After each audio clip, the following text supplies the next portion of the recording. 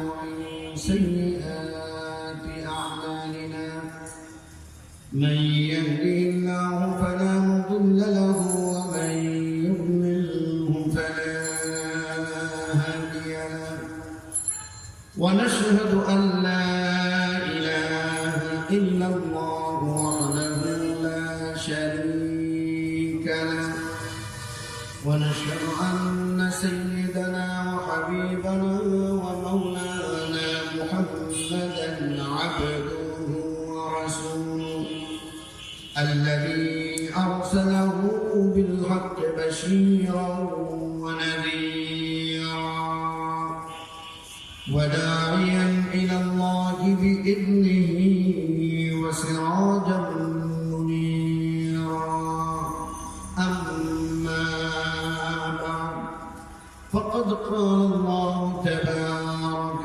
وتعالى في كلامه المجيد وفرقانه الحميد أعوذ بالله من الشيطان الرجيم بسم الله الرحمن الرحيم يا أيها الذين آمنوا اتقوا الله حق تقاته ولا تموتن إلا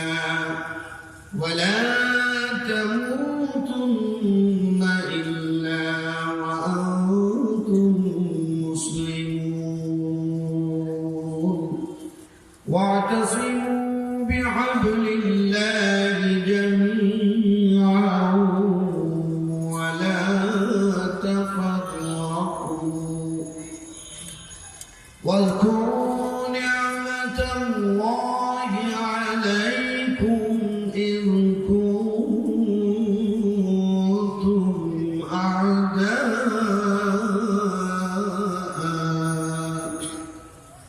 إذ كنتم أعداء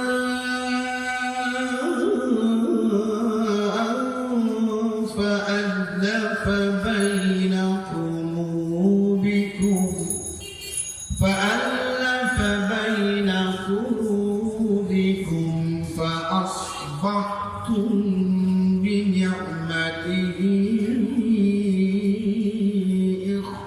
إخوانا وكنتم على شفا حفرة من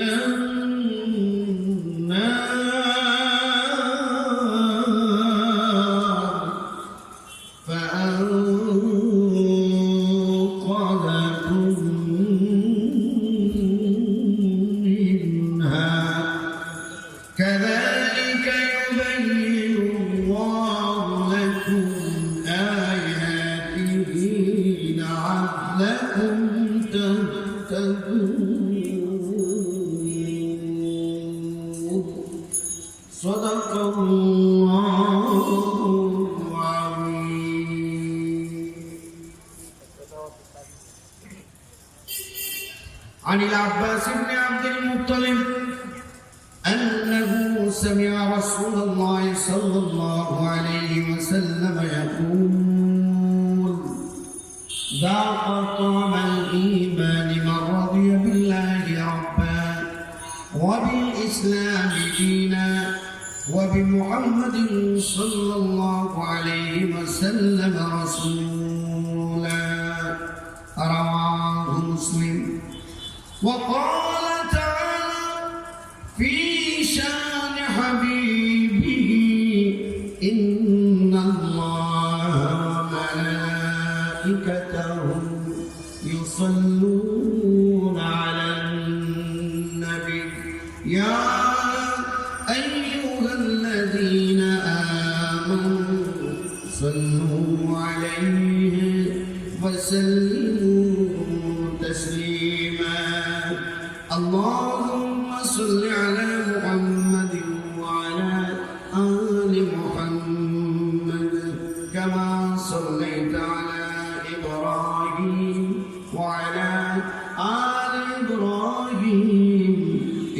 إنك حميد مجيد اللهم بارك على محمد وعلى آل محمد كما باركت على إبراهيم وعلى آل إبراهيم إنك حميد مجيد الحمد لله আল্লাহ রাব্বুল আলামিনের দরবারে লাখ কোটি শুকরিয়া যে মহান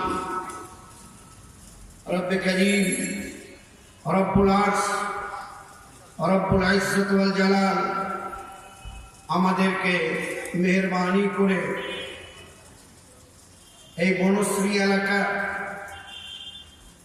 হাজার হাজার মানুষের মধ্য থেকে যাচাই করে বাছাই করে ফেরেশতাদের দিয়ে তাশকিল করে আমাদের কিছু সংখ্যক আল্লাহর বান্দাদেরকে এই কোরআন কারীমের মাহফিলে এসে বসার তৌফিক ইনায়াত করলেন। সেই মহান মুনিবের দরবারে বিনয় অবনত চিত্তে কালেমাতুল শুকর আদায় করছি। সকলে প্রাণ খুলে একসাথে উঁচু আওয়াজে বলি আলহামদুলিল্লাহ। সম্মানিত ভাইরা, এটি হচ্ছে আল্লাহর কোরআনের মাহফিল। আল্লাহর আকাশের নিচে জমিনের উপরে সর্বশ্রেষ্ঠ মাহফিল, ঠিক না? এই মাহফিলে যারা আসে আল্লাহ রাব্বুল আলামিনের কোরআন কারীমের আলোচনা যারা শুনে আল্লাহ রাব্বুল আলামিন তাদের সম্পর্কে ইরশাদ করেন, কোরআন শুনতে শুনতে বান্দাদের ঈমান বেড়ে যায়। সুবহানাল্লাহ বলেন। আল্লাহ বলেন ওয়াইদা তুলিয়াত আলাইহিম আয়াতুহু যাদাতুহুম ঈমানা। আমার বান্দারা, আমি আল্লাহ রাব্বুল আলামিনের কালামুল্লাহ শরীফ থেকে যখন আলোচনা শুনে, আমার কোরআনের তেলাওয়াত শুনে, আমার কোরআনের আয়াত পড়ে, কোরআন শুনে, কোরআনের ফায়দা, কোরআনের বরকতে তাদের ঈমানগুলো বেড়ে যায়।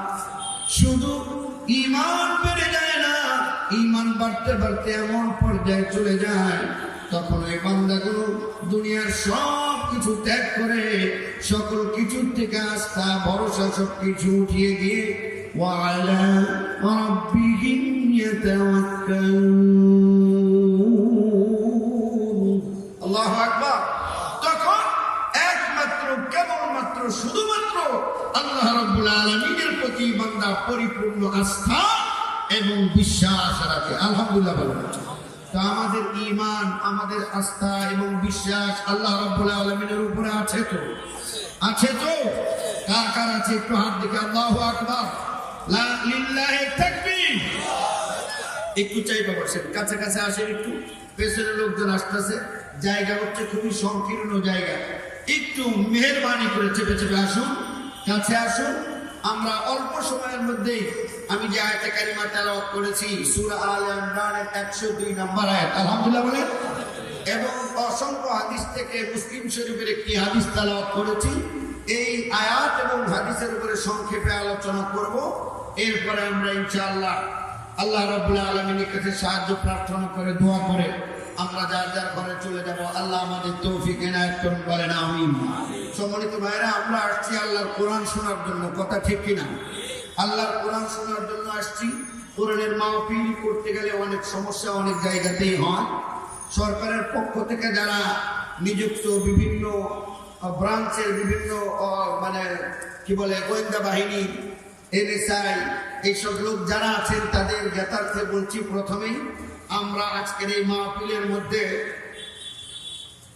বর্তমান সময়ে যেটা খুব বিতর্কিত আলোচিত মোদি সম্পর্কে আমরা এখানে আজকে কোনো আলোচনা করব না, ঠিক আছে?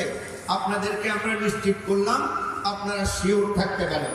2 নম্বর হচ্ছে আমরা বিভিন্ন জায়গায় আজকাল মূর্তি ইস্যু নিয়ে একটা কথা চলছে, ঠিক কিনা?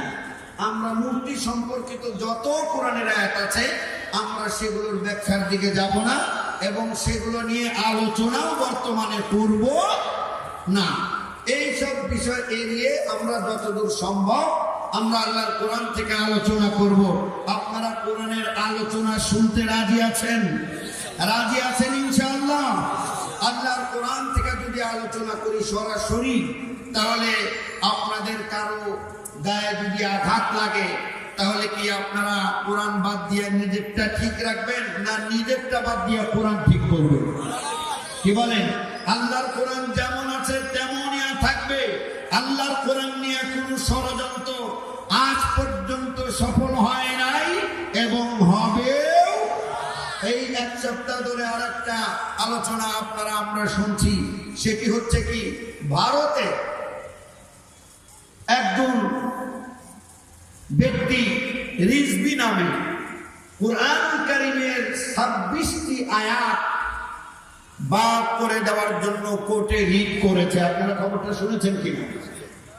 26টি আয়াত কোরআন থেকে বাতিল করতে হবে, এই মর্মে ভারতের আদালতে রিট করেছে এবং আদালত ওই রিট গ্রহণও করেছে। মনে পড়ে যায় ইমাম বুখারী, আতাউল্লাহ বুখারী, দিল্লি শাহে জামে মসজিদের তিনি খতিব ছিলেন। উনি এখন নাই। উনার জীবন দশায় একবার এরকম আরেকজন কোরআনের দুশমন কোরআন বাজেয়াপ্ত করার জন্য মামলা করেছিল কোর্টে। উনি সিংহ পুরুষ, গর্জে উঠেছিলেন। উনি বলেছিলেন, কোন বিচারক যদি কোরআন বাতিল করার জন্য কোর্টের থেকে রায় প্রদান করে, যেই মুখ দিয়ে এই রায় ঘোষণা করা হবে, তার বুকের মধ্যে পাড়া দিয়ে জিহ্বা টেনে ছিঁড়ে ফেলে দেব। কত বড় মর্দ মুমিন ছিলেন, মুজাহিদ ছিলেন। আজকে মুসলমানরা ঘুমিয়ে থাকতে থাকতে তাদের অবস্থাই হচ্ছে। আপনারা টেনশন করবেন না, কারণ আপনাদের ঘুম তো আর ভাঙবে না। আপনাদের ঘুম ভাঙবে না, কিন্তু কোরআনের আয়াত পরিবর্তনের জন্য, কোরআনকে বাজেয়াপ্ত করার জন্য কোরআন নাযিল হওয়ার পরের থেকে চেষ্টা চলেছে, এক পর্যন্ত কেউ সফল হতে। আবু জাহেল বহু চেষ্টা করেছে কোরআনকে বাদ করার জন্য, পেরেছে? পারে নাই। আবু লাহাব চেষ্টা করেছে, উতবা, শাইবা, মুগীরা চেষ্টা করেছে। যুগে যুগে ইহুদিরা, খ্রিস্টানরা বিভিন্নভাবে চেষ্টা করেছে কোরআনকে বাদ করে দেওয়ার জন্য, সম্ভব হয় নাই। হাজার হাজার নয়, লাখ লাখ কোরআনের কপি পুড়িয়ে ছারখার করে দিয়েছে, এরপরেও কোরআনকে মিটিয়ে দিতে পারে নাই। আর কিয়ামত পর্যন্ত কোরআনকে মিটিয়ে দেওয়া সম্ভব হবে? বরং ইতিহাস সাক্ষী, কোরআনের বিরোধিতা যারাই করেছে, কোরআনের বিরুদ্ধে যারাই অবস্থান নিয়েছে, কোরআন বাদ করার জন্য, বাজেয়াপ্ত করার জন্য যারাই চক্রান্ত ষড়যন্ত্র করেছে, এই পৃথিবীতে তারাই লাঞ্ছিত, অপমানিত, নির্যাতিত, নিষ্পেষিত, নিগৃহীত হয়ে তাদের মরতে হয়েছে। কথা ঠিক কিনা? আল্লাহ রাব্বুল আলামিন বলেন, নাহনু নাযালনা যিকরা ওয়া ইন্না লাহু লাহাফিজুন।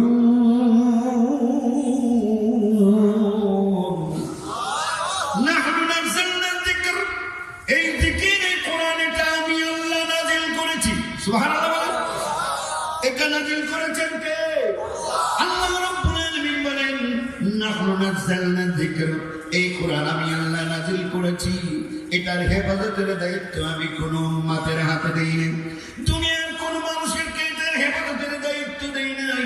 যে নবীর উপরে নাযিল করা হয়েছে, ওই নবীকেও এটার হেফাজতের দায়িত্ব দেই নাই। জিবরিলকেও হেফাজতের দায়িত্ব দেই নাই। কোন সাহাবায়ে কেরাম রাদিয়াল্লাহু তাআলা আলাইহিম আজমাইন, তাদের উপরেও এটার হেফাজতের দায়িত্ব দেই নাই। কারণ দুনিয়ার মানুষের উপরে যদি আল্লাহর কিতাব হেফাজতের দায়িত্ব দেওয়া হয়, আস্তে আস্তে করে দুনিয়ার মানুষ নিজেদের স্বার্থে সেই কোরআনে, সেই কিতাবের ভিতরে রদবদল সাধন করে দেয়। ইনজিল যেভাবে নাযিল হয়েছিল, এখন আর সে অবস্থায় নাই। তাওরাত যেভাবে নাযিল হয়েছিল, কিতাব বিশেষজ্ঞরা বলেন আল্লাহর পক্ষ থেকে নাযিলকৃত এই সমস্ত আয়াতের একটাও হুবহু আর নাই। সবগুলো মানুষ নিজেদের স্বার্থের কারণে পালন করে ফেলে দিয়েছে। এই কারণে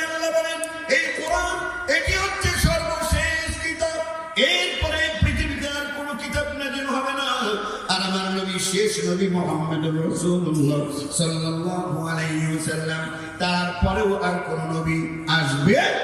জোরে বলেন আসবে? কেউ যদি নবী দাবি করে সে হলো ভণ্ড, বলেন ঠিক কিনা? শেষ নবী খাতামুন নবিয়্যিন তিনি হচ্ছে মুহাম্মদুর রাসূলুল্লাহ সাল্লাল্লাহু আলাইহি ওয়াসাল্লাম। ওনার পরে আর কোন নবী আসবেন না, কোন রাসূল আসবেন না। আর আসমানি কিতাব কোরআনের পরে আর কোন আসমানি কিতাব নাযিল হবে। এই জন্য আল্লাহ বললেন যে this is last and final, এটি হচ্ছে চূড়ান্ত, এটি হচ্ছে সর্বশেষ। অতএব এটার হেফাজতের দায়িত্ব কোনো মানুষের কাছে দেয়া যাবে না। আমি আল্লাহ এটা অবতীর্ণ করেছি, কিয়ামত পর্যন্ত এটার হেফাজতের দায়িত্ব আমি আল্লাহ নিতে নিয়েছি। দুনিয়ার কোরআনের বিরোধীরা, কোরআনের শত্রুরা যতই চেষ্টা করেছে, তারা নিজেরা হার মানতে বাধ্য হয়েছে। আজও পর্যন্ত কোরআনের ভিতরে কোন রদবদল আনতে পারে? ভবিষ্যতে পারবে নাকি? বলেন পারবে? কোরআনকে পরিবর্তন করার ক্ষমতা কারো নাই। কোরআনের মধ্যে একটা আয়াত কেউ সংশোধন করতে পারবে না, একটা অক্ষরও কেউ বিনোদন করতে পারবে। তবে মাঝে মাঝে মুসলমানদের ঈমান আছে কি নাই, ঈমানের বাতিতে তেল আছে কি নাই পরীক্ষা করার জন্য দুই একজন শয়তান মাথা উঁচু করে দাঁড়ায়, ঠিক না? আল্লাহর কোরআন থেকে 26টা আয়াত মুছে দেওয়ার কথা বলা হয়েছে। এই কথা মুসলমানদের কানে যায় নাই, মুসলমানদের কানে যায় নাই। আমরা কি মুসলমান না? কথা বলেন, আমরা মুসলমান কিনা? আল্লাহর কোরআন থেকে 26টি আয়াত তো দূরের কথা, কোরআনের একটা নুক্তা পরিবর্তন করার ক্ষমতা কাউকে দেওয়া হয় নাই, বলেন ঠিক কিনা? অতএব কোরআনের 26টা আয়াত তো দূরের কথা, 26টা অক্ষর না, একটা দাড়ি কমাও যদি এখান থেকে মুছে দেওয়ার চেষ্টা করে, সারা বিশ্বের 150 কোটি মুসলমানের কলিজায় আঘাত হানা হয় কি হয় না? বলে মুসলমান কি এটা বরদাস্ত করবে? বলে বলেন বরদাস্ত করবে? এই কোরআনের ইজ্জত হেফাজত রক্ষার জন্য মুসলমানদেরকে যদি ডাক দেওয়া হয়, তাহলে কোন কোন মুসলমান ময়দানে ঝাঁপিয়ে পড়তে রাজি আছেন? দেখা আল্লাহ কবুল করুন, আল্লাহ মঞ্জুর করুন, বলেন আমিন। মুসলমানদেরকে মাঝে মাঝে একটু চুলকানি উস্কানি দেয়, আল্লাহ হেফাজত করুন, বলেন আমিন। ভারত বারবারই এরকম চেষ্টা করতে থাকে। এখানে কোনো দলীয় আলোচনা হবে না। অনেকে টেনশন করতেছে সরকারের বিরুদ্ধে কিছু বলে কিনা, এই ধরনের নানান কথা গুজব আসতেছে। আরে সরকারের বিরুদ্ধে আর আমি দলীয়, আমি রাজনৈতিক আলোচনা কি করব? বা হুজুর রাজনৈতিক আলোচনা করে, আমি কি এনে মেম্বারে দাঁড়াবো না চেয়ারম্যানই?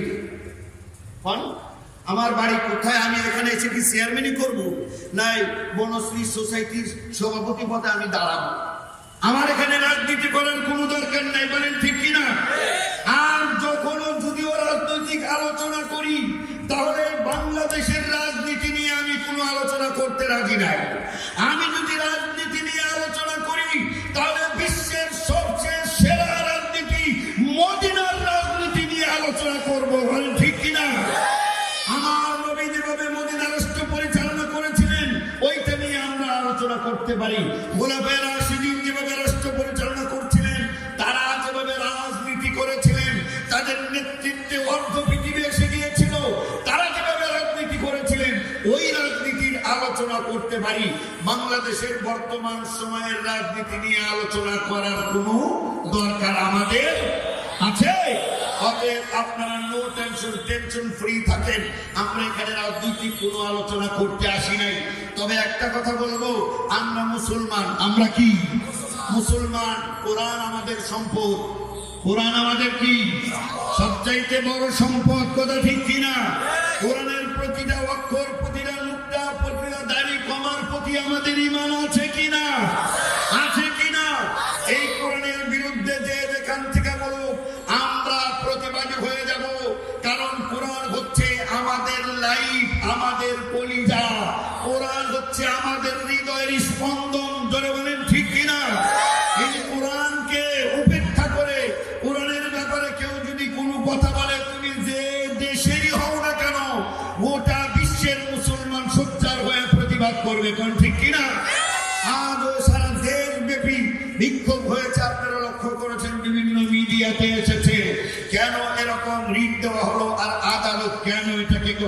বছর। এবার আদালত কি রায় দেয় দেখার বিষয় আছে কিনা। আমি বললাম আদালত যা মন নয় তাই রায় দিক, তাতে আমাদের কিছু এসে যায় না। কারণ কোরআনকে যারা মুছে দিতে এসেছে ইতিহাস থেকে তারাই চিরদিনের জন্য মুছে গেছে, বলেন ঠিক কিনা। এই ভারত এটা আমাদের হাতে তৈরি, আমাদের গড়া ভারত।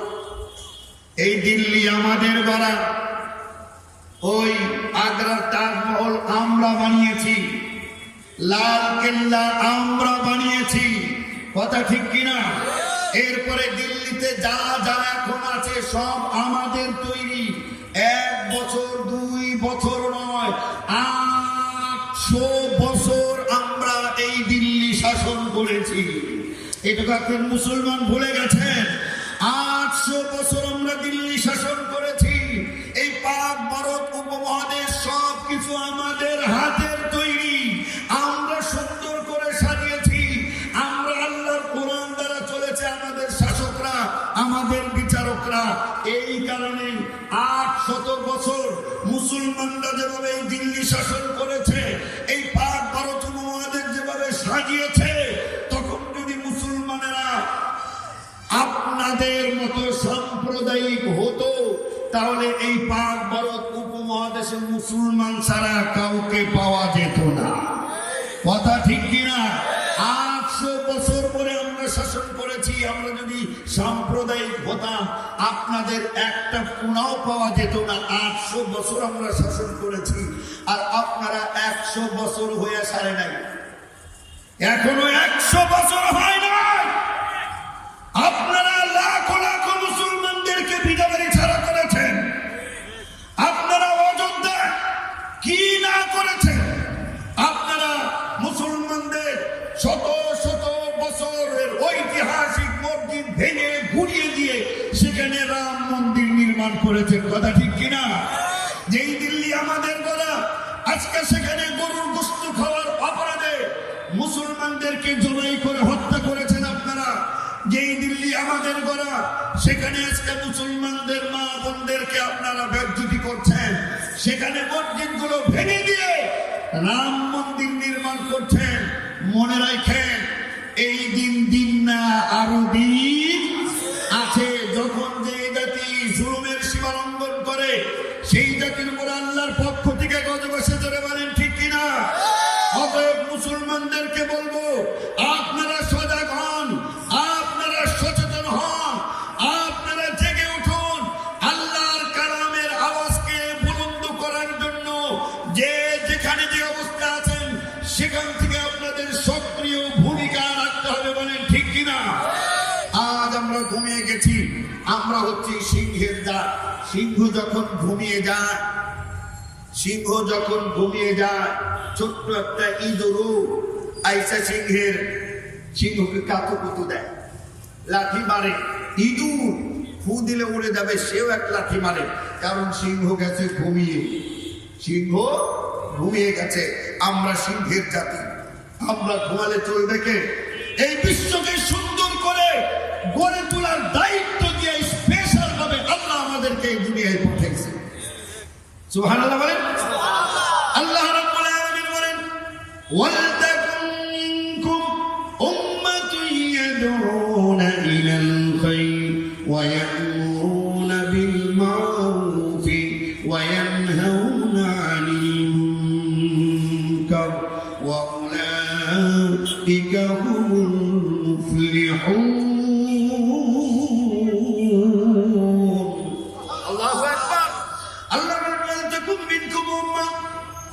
তোমাদের মধ্যে এমন একটি দল, এমন একটি উম্মাহ অবশ্যই থাকতে হবে, অবশ্যই সার্বক্ষণিক থাকতে হবে, যারা কি করবে?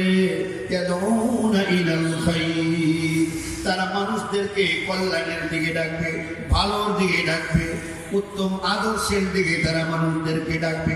ওয়া ইয়া'মুরুনা বিল মা'রুফ, তারা সৎ কাজের আদেশ দিবে। ওয়া ইয়ানহাউনা আনিল মুনকার, অসৎ কাজ থেকে মানুষকে বিরত রাখবে। এই কাজগুলো যারা করবেন, আল্লাহ রাব্বুল আলামিন বলেন, ওয়া উলাইকা হুমুল মুফলিহুন। এই কাজগুলো যারা সুচারুরূপে সম্পাদন করবে করবে, ওরাই হবে দুনিয়া এবং আখিরাত উভয় জগতে তারা হবে কামিয়াব। সুবহানাল্লাহ। আমার ভাইয়েরা বাবাজিরা, আল্লাহ রাব্বুল আলামিন বলেন কুনতুম খায়রা উম্মাহ, তোমরাই হচ্ছে সর্বোত্তম জাতি। আল্লাহ বলেন কুনতুম খায়রা উম্মাহ উখরিজাত লিন-নাস, গোটা বিশ্বের নির্যাতিত, নিপীড়িত, নিগৃহীত, বঞ্চিত মানুষগুলোর কল্যাণের জন্য, দুঃখের দুঃখ মুছে দেওয়ার জন্য, বঞ্চিত মানুষের অধিকার ফিরিয়ে দেওয়ার জন্য, অধিকার দ্বারা মানুষকে তাদের অধিকার ফিরিয়ে দেওয়ার জন্য, নির্যাতিত, নিপীড়িত, নিগৃহীত মানুষ যত আছে, বনি আদম যত কষ্টে আছে, তাদের কষ্টগুলো দূর করে দেওয়ার জন্য আল্লাহ রাব্বুল আলামিন তোমাদেরকে দায়িত্ব দিয়ে তোমাদেরকে পাঠিয়েছেন। বলেন সুবহানাল্লাহ। কুনতুম খায়রা উম্মাহ, you are the best and better nation, তোমরাই হচ্ছে সর্বোত্তম জাতি। উখরিজাত লিন-নাস, দুনিয়াবাসীর কল্যাণের জন্য আল্লাহ তোমাদেরকে রিক্রুট করেছেন। তোমাদের কাজ হচ্ছে তা'মুরুনা বিল মা'রুফ, তোমরা সৎ কাজের আদেশ দেবা, ওয়া তানহাউনা আনিল মুনকার, অসৎ কাজ থেকে মানুষকে বিরত রাখবা, ওয়া তু'মিনুনা বিল্লাহ, আল্লাহ রাব্বুল আলামিনের প্রতি তোমরা ঈমান আনবা। সুবহানাল্লাহ। অতএব মুসলমান, আমরা শুধু ঘুমালে চলবে না, আমাদের উপর অনেক দায়িত্ব আছে, কিন্তু আমরা নিজেদের দায়িত্ব থেকে যখন গাফিল হয়ে গেছি, প্রত্যেকটা মানুষ শুধু নিজের পেট নিয়ে চিন্তা করি, নিজের সংসার নিয়ে চিন্তা করি, মরার আগে দুনিয়ার থেকে শুধু নাফসি নাফসি বলে আমরা চিৎকার করতেছি। আমি বাঁচতে চাই, আমি বিল্ডিং করতে চাই, আমি বড় হতে চাই, আমি কোটিপতি হতে চাই, আমার আপন ভাইয়ের চেয়ে আমি বড় লোক হতে চাই, আমার 1 কোটি, আমার 10 কোটি লাগবে, আর আমার ভাই গরিব হয়ে যায়, এটাও আমি মনের থেকে চাই। এরকম ভাইও আছে কিনা? অনেক আছে। আপন ভাই ও গরিব হোক, মিসকিন হোক, যত নিচে হবে তত নিজের আনন্দ লাগে। এগুলো কি মুসলমানের কাজ হতে পারে? এই জন্য আল্লাহ রাব্বুল আলামিন বলেন, ইয়া আইয়ুহাল্লাযীনা আমানু তাকুল্লাহা হাক্কা তুকাতি ওয়া লা তামুতুন্না ইল্লা ওয়া আনতুম মুসলিমুন। আল্লাহু আকবার। ইয়া আইয়ুহাল্লাযীনা আমানু, ও যারা ঈমান এনেছো তারা ভালো করে শুনো। আমরা ঈমানদার কারা কারা একটু হাত তুলি। ঈমান আছে কার? আল্লাহু আকবার, আল্লাহু আকবার। তাহলে বুঝা গেল আল্লাহ আমাদেরকে ডাক দিয়েছেন। যাদের দাঁড়ায় থাকতে কষ্ট হচ্ছে, ভিতরে একটু এই পাশে জায়গা আছে, আপনারা আস্তে করে ঢুকে যান, এই পাশে একটু ঢুকে যান। আপনার পিছন থেকে আপনারা একটু এগিয়ে আছেন, যার সামনে একটু এগিয়ে আছেন। লোকজন আসতেছে আল্লাহর কোরআন শোনার জন্য। আল্লাহ আমাদের কোরআনের নূরে অন্তরগুলোকে মুনাওয়ার করে দিন, বলেন আমিন।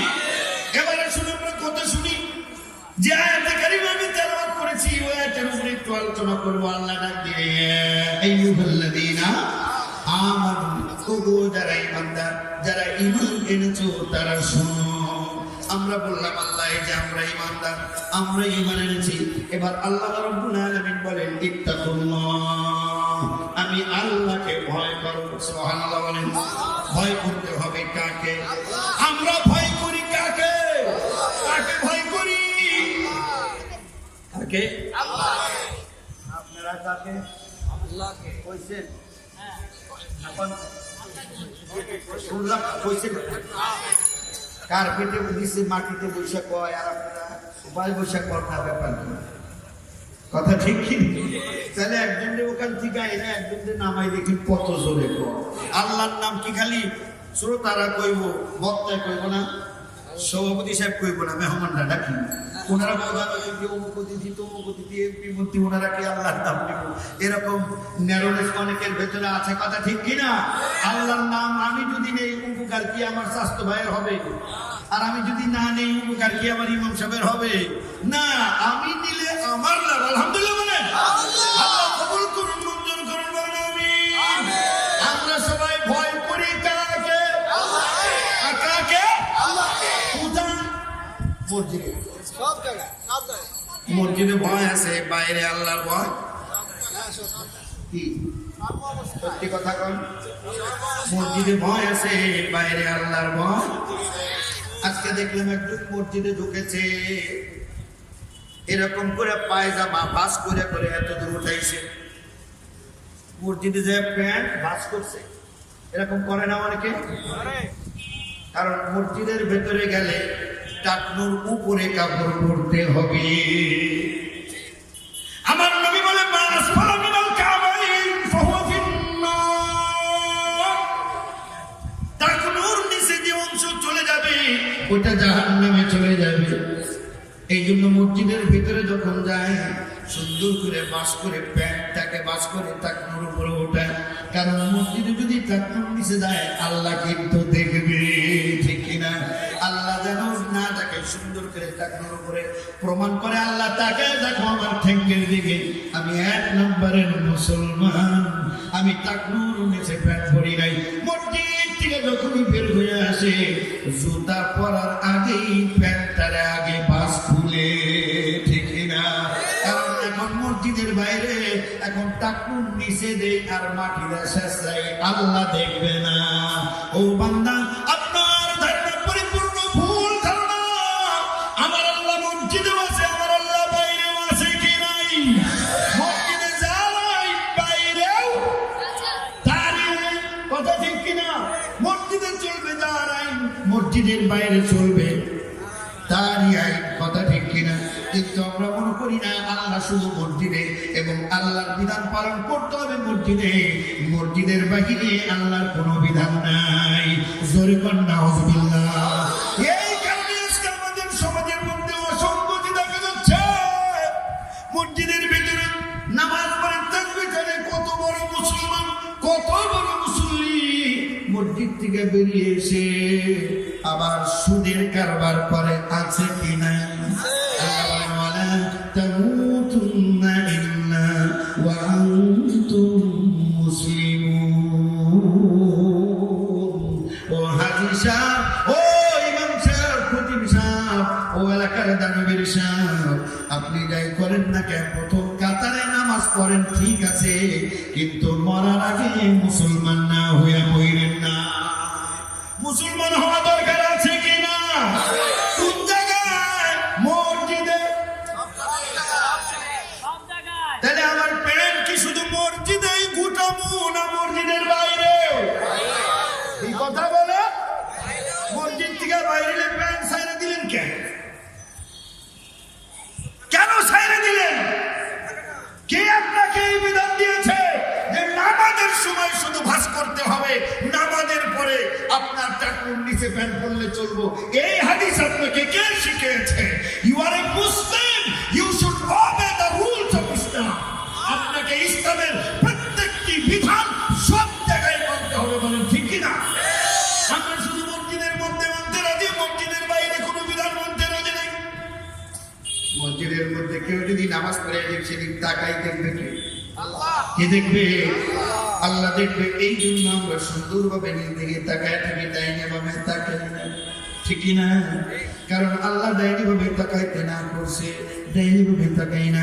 নামাজ শেষ করে যখন আমি দোকানের মধ্যে ঢুকেছি, এবার মালের মধ্যে ভেজাল দেই, ওজনে কম দেই, আল্লাহ তো দোকানে দেখে না। দোকানে দেখে কি দেখে না? নাকি আল্লাহ চোখ খালি মসজিদের মধ্যে, বাইরে কি চোখ না? অবশ্যই দেখেন আল্লাহ মসজিদে কি জন্য নিয়েছেন, এইটা আমাদের জানার দরকার। যারা আমরা স্বীকার করেছি আমরা মুসলমান, আল্লাহ মুসলমান হওয়ার সাথে সাথে বললেন তোমরা মসজিদে আসো, আযান দেওয়ার সাথে সাথে দৌড় দিয়ে মসজিদে চলে যাও, মসজিদে দিয়ে সালাত আদায় করো, সালাত আদায় করে এখান থেকে তোমাদের অনেক কিছু শিক্ষণীয় আছে। সুবহানাল্লাহ। বারবার নামাজের কথা কে জন্য বললো? নামাজের মধ্যে আমাদের অনেক কিছু শেখা আছে। যে ব্যক্তি, যে সমাজটার মানুষগুলো সব নামাজি, ওই সমাজে সমস্ত লোক সুশৃঙ্খল হবে। মসজিদে যাওয়ার পরে আমরা কি করি দেখেন? অনেকগুলো কাজ করি। 1 নাম্বার হচ্ছে আমরা একটা নেতার নেতৃত্ব মানি, কথা ঠিক কিনা? দুনিয়ার গরিব নাই, দলার কালা নাই, জমিদার আর চাকর নাই, সবাই মিলে এক নেতার আনুগত্য করতেছি। ইমাম সাহেবের আনুগত্য আমরা করি কি করি না? এখন ইমাম সাহেব আল্লাহু আকবার বলে রুকুতে গেলেন, আপনি বলেন না আমি হলাম 5টা বাড়ির মালিক, আর ওই গরিব মানুষ ও আল্লাহু আকবার কইছে, ওর সাথে রুকুতে যাব না, ইমাম রুকুতে গেলে আমি সিজদায় যাব।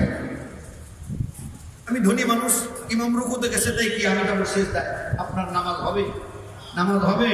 যত বড় কোটিপতি হওয়ার যাই হোক, আল্লাহর রাসূল বলছে তুমি যত বড় যাই হোক, নাক কাটা হাবশি গোলামও যদি তোমার আমির বানায় দেওয়া হয়, নেতা বানায় দেওয়া হয়, তার আনুগত্য করতে হবে। সুবহানাল্লাহ। এখানে মসজিদে কে গরিব আর কে ধনী এটা দেখার বিষয় না। ইমামের দায়িত্বই চেয়ারে যে বসেছে, আজকে সেই নেতার আনুগত্য করতে হবে। নেতা যখন রুকুতে যায় আমাকেও রুকুতে যেতে হবে। নেতা সামি আল্লাহু লিমান করে দাঁড়াইছে, আমাকেও দাঁড়াতে, নেতার আগে না পড়ে, আগে না পড়ে। কিন্তু অনেক অনেক মানুষ আছে নেতার আগে সিজদায় চলে যায়, আছে কি? নেতার আগেই সিজদায় চলে গেছে, তাকায় থাকে। হুজুর এক সিজদা দিয়ে বসে আল্লাহু আকবার, দ্বিতীয় সিজদা দেওয়ার আগে ওই যে হুজুর একটু নিচে হয়েছে আল্লাহু আকবার দেওয়ার আগে উনি আগেই সিজদায় চলে গেছে, নামাজ হবে না। নেতা আগে, আপনি নেতার পিছে। জোরে বলেন ঠিক কিনা? এই মসজিদের নেতা যখন আমরা নির্বাচন করি, ভালো করে শুনতে হবে মুসলমান। এই মসজিদের নেতা নির্বাচন করলাম, ইমাম একজন নিয়োগ দিলাম, এই সামনে তারাবি কয়েকজন হাফেজের ইন্টারভিউ আমরা নিয়েছি, ঠিক কিনা? ছোট্ট পোলাপান হেঁটো পড়াইতে তো নাবাল্যক দিয়েও তারাবি পড়া যায়, ঠিক কিনা? তাও অনেকে কয় হুজুরের বয়স কম, দাড়ি ছোট। মাত্র 1 মাসের জন্য একজন নেতা বানাই, তা হয়তো 3 জন হলে 7 রাকাত 8 রাকাত করে ভাগে পাইব, 6 রাকাত করে নামাজ পড়াইব। এই 6 রাকাতের জন্য নেতা নির্বাচন করতে গিয়ে আমরা দাড়ি খুঁজি, ছোট না বড়, ঠিক কিনা? আর যখন একজন ইমাম নিয়োগ দিবেন মসজিদে, আপনারা দাড়ি মাপবেন না ইঞ্চি ফিতে দিয়া, ইঞ্চি ফিতে দিয়া মাপবেন না। ইমাম সাহেব যদি এরকম ধইরা একটু করে 1 ইঞ্চি দাড়ি, বিরাট বড় আলেম, কিন্তু দাড়ি 1 ইঞ্চির বসো বেশি লম্বা না, কোন মসজিদে ইমামের চাকরি হইবে? কথা বলেন, কোন মসজিদে চাকরি হবে 1 ইঞ্চি মাত্র দাড়ি? কোন মসজিদের এই ইমামের চাকরি হবে না। এরপরে মনে করেন দাড়িও ঠিক আছে, আবার মুছ এমন ভাবে রাখছে যে ঠোঁট ডেকে গেছে, এই ইমামের চাকরি হবে? চাকরি হবে না। পাঞ্জাবি একটা গায়ে দিছে, এই যে পোলাপানে আধুনিক যুগের যে পাঞ্জাবি বানাইছে হাঁটুর উপরে, এইরকম একটা পাঞ্জাবি পইরা ইন্টারভিউ দি বানাইছে, এই ইমামের চাকরি হবে?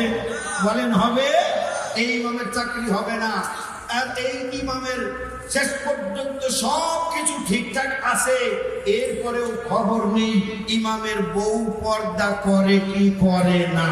যদি কোনোভাবে খবর পাই যে ইমামের বউ বেপর্দা, তাইলে ইমামের চাকরি শেষ। কথা ঠিক কিনা? আমি আপনাদেরকে বিনয়ের সাথে প্রশ্ন করতে চাই, যে ইমামের বিষয়ে আপনারা এত ইন্টারভিউ নিচ্ছেন, ওই ইমাম কতজন মুসল্লির ইমাম? কতজন মুসল্লি? 1000 2000 মুসল্লি ওনার মসজিদে, 200 300 500 মুসল্লি নিয়মিত ওনার পিছনে।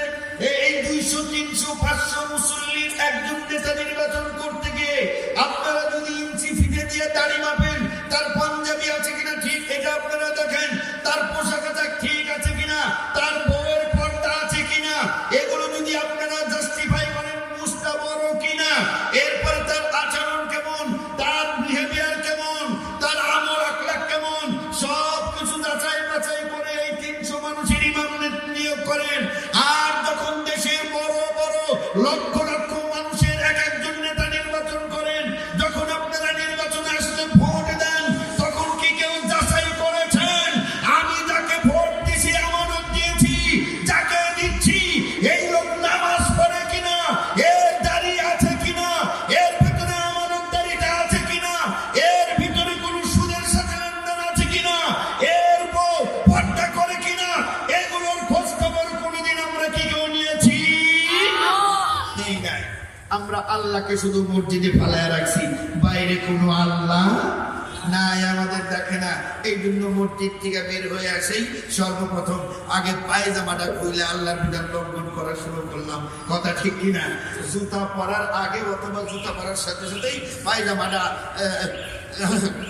এতক্ষণ মুসলমান ছিলাম, এখন থেকে প্যান্ট খুইলা ছেড়ে দিলাম মাটি দিয়ে শেষ রেখে, ইসলাম আর দরকার নাই, শুধু মসজিদে ইসলাম থাকলেই চলবে।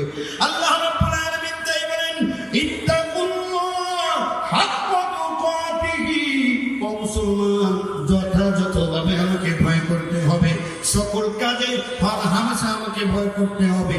ঘুম থেকে উঠেছো, আবার ঘুমাতে যাবা, যতক্ষণ পর্যন্ত তুমি সজাগ ছিলে, জাগনা ছিলে, এতক্ষণ পর্যন্ত প্রতিটা সেকেন্ড তুমি যদি মুসলমান হও, আল্লাহ রাব্বুল আলামিনের নির্দেশ মতো পরিচালনা করতে হবে। বলেন ঠিক কিনা? কোথায় সেই মুসলমান? প্রতিটা সেকেন্ড তো দূরের কথা, মসজিদের ভিতরে যতক্ষণ থাকি ততক্ষণ তো আল্লাহর বিধান আমরা পরিপূর্ণ পালন করতে পারি না। এই জন্য কবি নজরুল আফসোস করে বলে গেছেন, আল্লাহতে যার পূর্ণ ঈমান, কোথা সে মুসলমান, কোথা সে মুসলমান। নজরুল বলে গেছে, আল্লাহর প্রতি পরিপূর্ণ আস্থা এবং বিশ্বাস রাখে এই মুসলমান কো। আমরা তো আল্লাহর কোরআনের কিছু মানি আর কিছু মানি না, যেটা পছন্দসই ওই সুন্নত মানি। আমাদের কাছে সুন্নত ভালো লাগে কোনটা? খাওয়ার পর একটু মিষ্টি খাওয়া সুন্নত, এটা খুব ভালো লাগে কিনা? খুব ভালো লাগে। যে এক চামচ থাকলে, সুন্নত থাকলে এক চামচ দেন, পেট ভরে গেছে, এরপরে সুন্নত থাকলে এক চামচ দেন, এরপরে সুন্নত খাইয়ে পেটটা যখন ফুলে যায় তখন আবার খাওয়ার পরে শীত হয়ে শোয়ার এক সুন্নত। অনেকে বলে প্লেট সরাও, নড়াচড়ার টাইম নেই, পুটকা মাছের দাম মোটা হয়ে গেছি, এইখানে শীত হয়ে শুয়ে পড়ি, সুন্নত আদায় করি। কথা ঠিক কিনা? এই সুন্নত গুলো আমাদের খুব ভালো লাগে, কিন্তু বদরের সুন্নত, উহুদের সুন্নত, দাওয়াতি কাজ করতে গিয়ে, ইসলামের পথে লড়তে গিয়ে দান মোবারক শহীদ হয়ে যাওয়ার সুন্নত, ওই সমস্ত সুন্নতের আলোচনাও আমরা করি না। বলেন ঠিক কিনা? সারাটি জীবন আল্লাহর জমিনে আল্লাহর কোরআনের বিধান প্রতিষ্ঠা করার জন্য জান, প্রাণ, টাকা, পয়সা, জ্ঞান, বুদ্ধি, শ্রম, বিবেক সব দিয়ে যে আন্দোলন করে যেতে হবে, এটাও যে সুন্নত। ওই সুন্নতের সাথে আমাদের দূরতম কোনো সম্পর্ক, এবং অনেক অনেক নামাজি আছে 5 ওয়াক্ত নামাজ পড়ে, সব সুন্নত একেবারে দাড়ি, টুপি, জুব্বা, মেসওয়াক এমন ভাবে লাগাইছে, দেখলে মনে হবে আল্লাহর ওলি একজনও নাই। কিন্তু ওই লোকটাও আল্লাহর জমিনে আল্লাহর দ্বীন কায়েমের কথা বললে তার গায়ে আগুন লাগে। এমন মুনাফিক আছে কি নাই?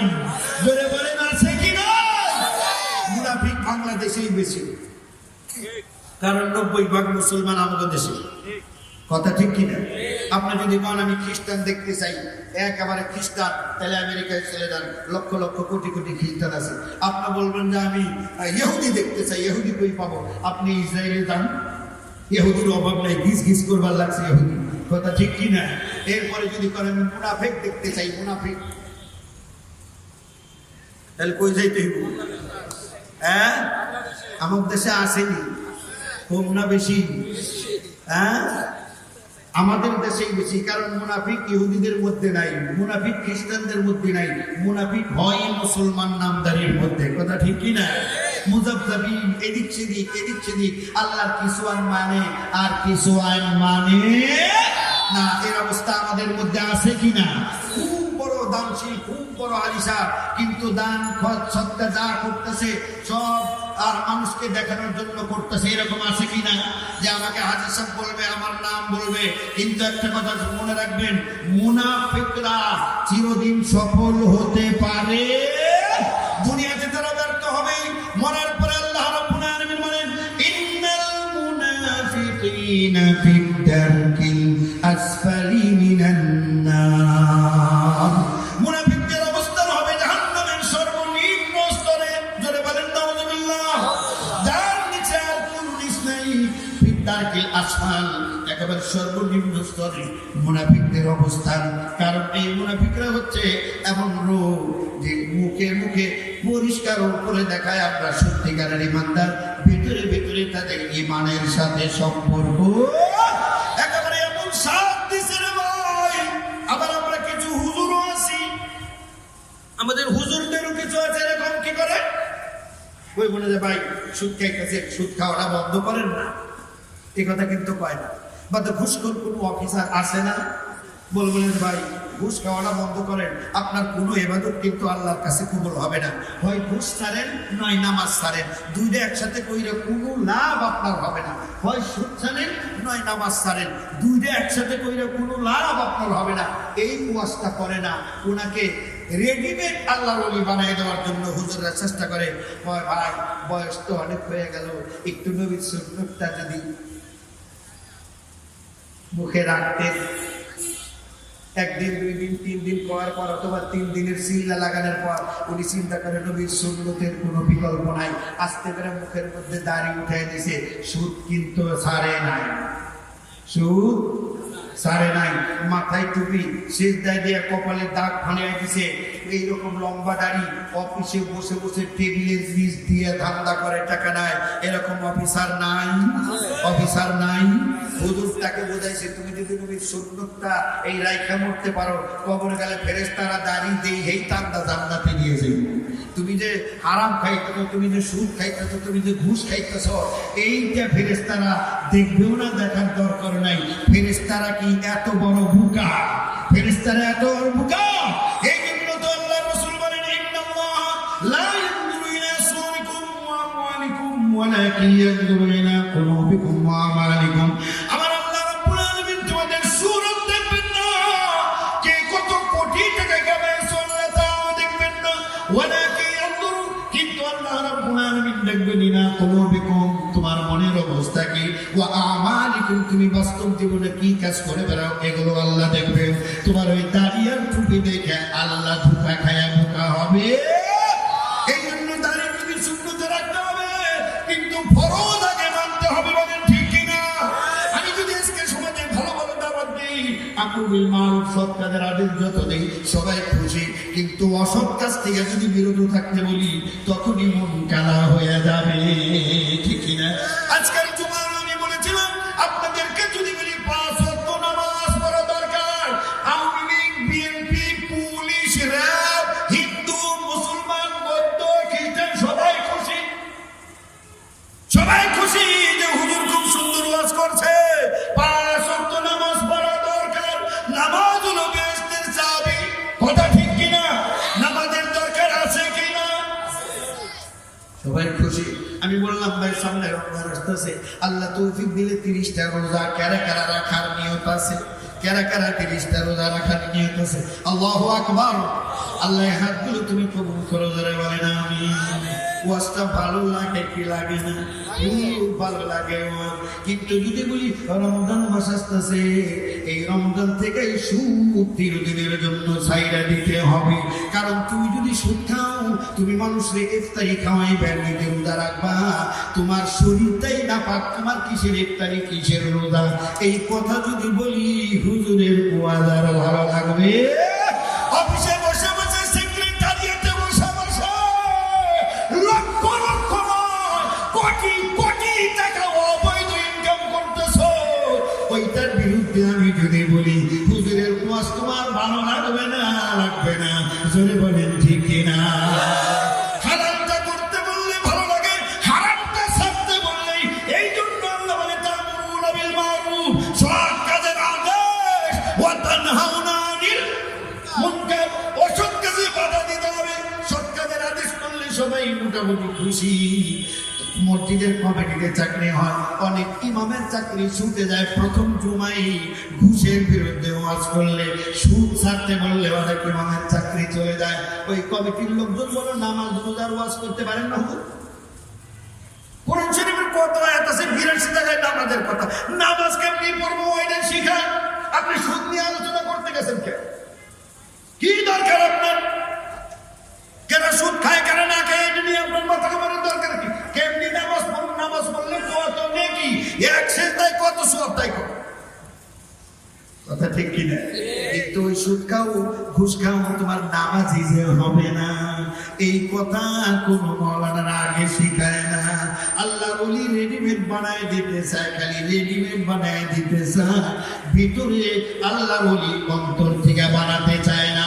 আমাদের অভ্যাস হয়েছে আমরা বাহ্যিক বাহ্যিক দৃষ্টিতে আমরা বাহ্যিকভাবে সবাই মুসলমানের সার্টিফিকেট দিয়ে দেয়, জোরে বলে ঠিক না?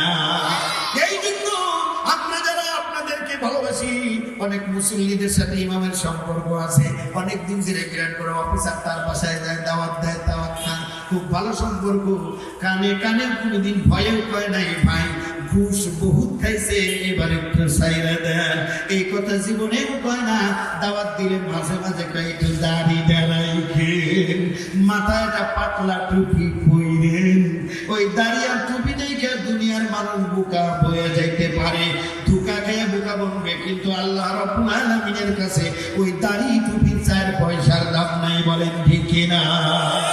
আপনি ঘুষ খান, আপনি সুদ খান, আপনি জেনা করেন, আপনি ব্যভিচার করেন, আপনি মানুষের জায়গা জোর করে দখল করেন, আপনি জাল দলিল করে বিক্রি করেন, চাকরি দেওয়ার কথা বলে লক্ষ লক্ষ টাকা আপনি নেন, বিরাট বড় দারুণের আপনার নাম সকল দিকে সরে গেছে, কিন্তু আপনার ইনকাম হালাল নয়, আপনি যা খান সব হারাম, আপনার দেহটাই পুরোটারে হারাম বানিয়ে দিয়েছে, হারাম খাইতে খাইতে, বলেন ঠিক কিনা? অতএব এগুলো ছাড়ার দরকার আছে কি নাই? এই কারণে আল্লাহ বলছেন ওয়ালা তামুতুন্না ইল্লা ওয়া আনতুম মুসলিমুন। আল্লাহু আকবার। আজি সাহেব, হজ করা তো সহজ, 4 লাখ 5 লাখ টাকা হইলে, 10 লাখ টাকা হইলে বউরে নিয়ে সপরিবারে হজ করে আসা যায়, যায় কি যায় না? খুব তো সহজ হজ করা, দাঁড়িয়ে রাখা সহজ, তুমি মাথায় দেওয়া সৌদি জুব্বা পইরা ঘোরা, রুমাল পাশে সৌদি আরবের আতর লাগে ঘোরা খুবই সহজ। লোকজন দেখবে আর আসসালামু আলাইকুম, আসসালামু আলাইকুম, আসসালামু আলাইকুম, আজি সাহেব কেমন আছেন? আজি সাহেব একটু কোলাকুলি করি, সুগিরে বিনা মাহুল পানি, একটু খেজুর দেয়, একটু জমজমের পানিতে সবাই ঠান্ডা করলা, কিন্তু আল্লাহরে ঠান্ডা করবা কি দিয়া? তুমি যে হজ করলা, যেই টাকা দিয়ে হজ করছো, তোমার একটা টাকাও হালাল না, গেছ আইস কাবা শরীফ ধরছ, 4 পয়সার ফায়দা, জোরে বলেন ফায়দা আছে, জোরে বলেন আছে, জোরে কর না কে? আপনারাও কি ওই পদের হাজি নাকি? আপনারা কি ওই পদের হাজি নাকি? আল্লাহ মাহবুব জানে, আল্লাহ মাফ করুন। জোরে কেন? আমি তওবা করতে হবে এই মুহূর্তে। কত মাহফিলে গেলাম, কত ইউটিউবে কত বক্তার ওয়াজ শুনলাম, যেই সেই লোহার মতো লোহারে গরম করে, এরপরে বাইরে আতুর দিয়ে বাইরে লোহা করে, যেই সেই যত পিটাও আমি তামা হব না, আমি স্বর্ণ হব না, রূপাও হব না, যেই সেই পিটাইতে রূপ পাল্টাইবা, আগে কুড়াল আসিলাম এখন দাও বানাইবা, কিন্তু আমি লোহাই থাকবো। যত ওয়াজ করেন, যত ওয়াজ শুনে আপনার ভেতরে কোনো পরিবর্তন নেই, আপনি মালাই ভেজাল দেন, আপনি ওজনে কম দেন, আপনি নানান রকমের ধোঁকা প্রতারণা প্রবঞ্চনার মধ্যে নিবেদিত আছেন। এত সুন্দর দেখা যায় আপনি মসজিদে 5 ওয়াক্ত নামাজ পড়েন, আবার নাইট ক্লাবেও সময় ব্যয় করেন, আছে কিনা? এরপরে আবার একটু টাকা পয়সা বন্ধু বান্ধব কয়েকজন মিলে ওই যে আল্লাহ রাব্বুল আলামিন কোরআনের আয়াত নাযিল করে যেটাকে হারাম করেছে, আপনি জুয়া খেলেন ঘরের ভিতরে বসে, এমন কোটিপতি এই সমাজে আছে কিনা? বন্ধু বান্ধব নিয়ে বসে টাস খেলতেছে, জুয়া খেলতেছে, দাবা খেলতেছে, নানান রকমের পয়সা, হুজুর গরম কি কাম নাই, টাকা পয়সার অভাব নাই, 5টা বাড়ি, গরম কি কোনো কাম নাই, এই জন্য বাইরে যাই না, বন্ধু বান্ধবদের নিয়ে জুয়া খেলাই, অতীতে কোনো গুনাহ আছে কিনা? আল্লাহ বলে তোমাকে আমি আয়াত নাযিল করে জুয়া হারাম করে দিয়েছি, অথচ করো আর বেশি করে করো, ওই 5,000 টাকার করো আর 5 কোটি টাকারই করো, আমি আল্লাহ হারাম করে দিয়েছি, অতএব জুয়া হারাম, বলেন ঠিক কিনা? ওয়ালা তামুতুন্না ইল্লা ওয়া আনতুম মুসলিমুন।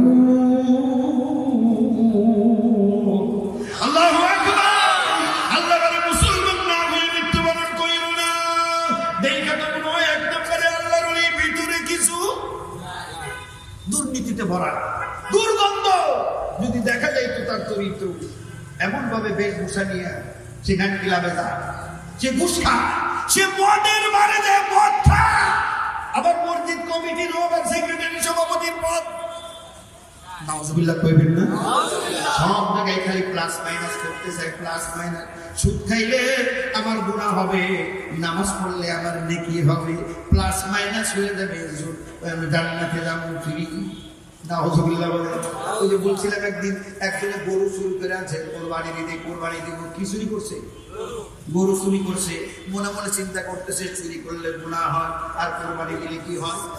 সওয়াব হয়। তাহলে গুনাহ সওয়াবে কাটাকাটি, গোশত খামু ফ্রি।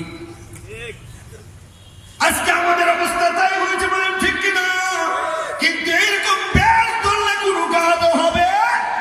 অন্তর থেকে আমাদেরকে ঈমান আনতে হবে, মুসলমান হতে হবে। আল্লাহ কাফেরদের ডাক দিয়ে বলে নাই, আল্লাহ ইহুদিদের ডাক দিয়ে বলে নাই, হিন্দুদের ডাক দেয় নাই, বৌদ্ধ খ্রিস্টানদের ডাক দেন নাই। আল্লাহ ডাক দিয়েছেন, ইয়া আইয়ুহাল্লাযীনা আমানু, ও গো যারা ঈমানদার, ঈমান এনেছো, ভালো করে শোনো, মুসলমান না হয়ে কেউ মইরো। আর আল্লাহকে ভয় করতে হবে যথাযথভাবে। সব জায়গায় আল্লাহ আছে কি নাই? আপনার অফিসে আল্লাহ আছে কি নাই? আপনি যখন ঘুষের টাকা দেন তখন আল্লাহ দেখে না?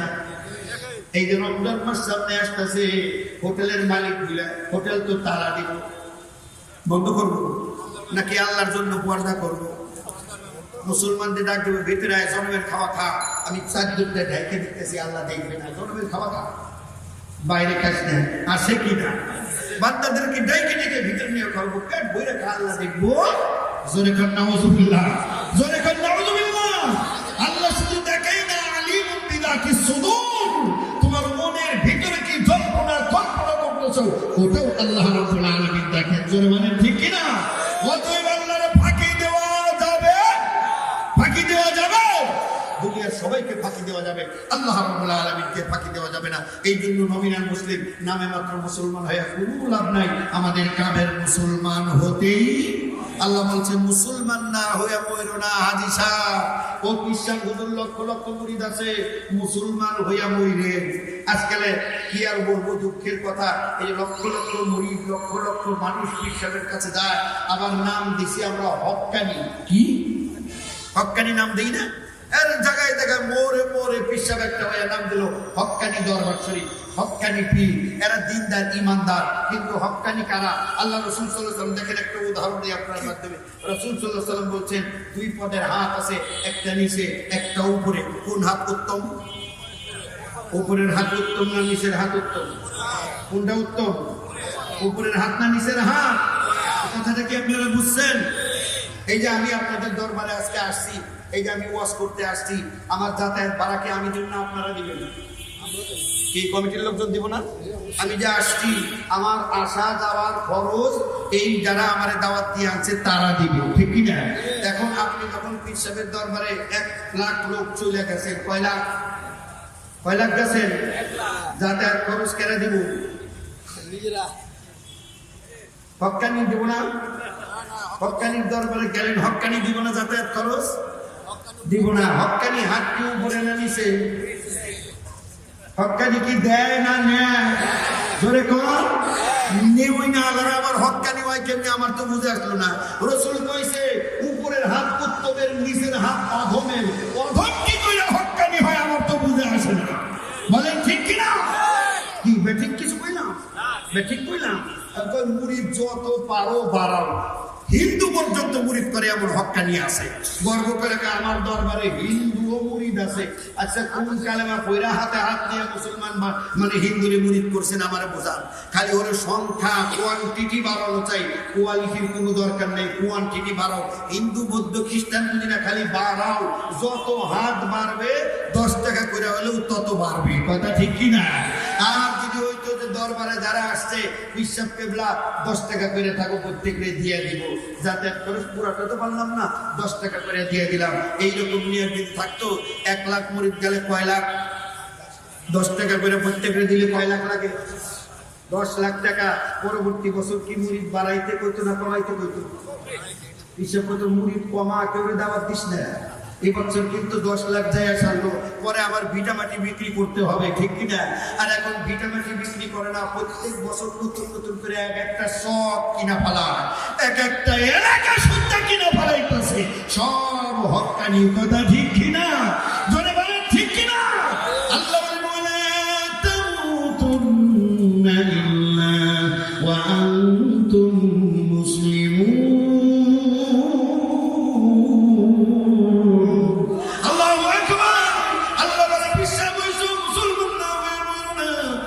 সাহেব হয়েছে, ইমাম সাহেব হয়েছে, ভালো কথা, কিন্তু মরার আগে মুসলমান না হয়ে মইর না। আল্লাহ আমাদের মুসলমান হওয়ার তৌফিক দিন, ধরে বলেন আমিন। আর জোরে বলেন আমিন। একটু মহব্বতে কালমা পড়েন না ইলাহা।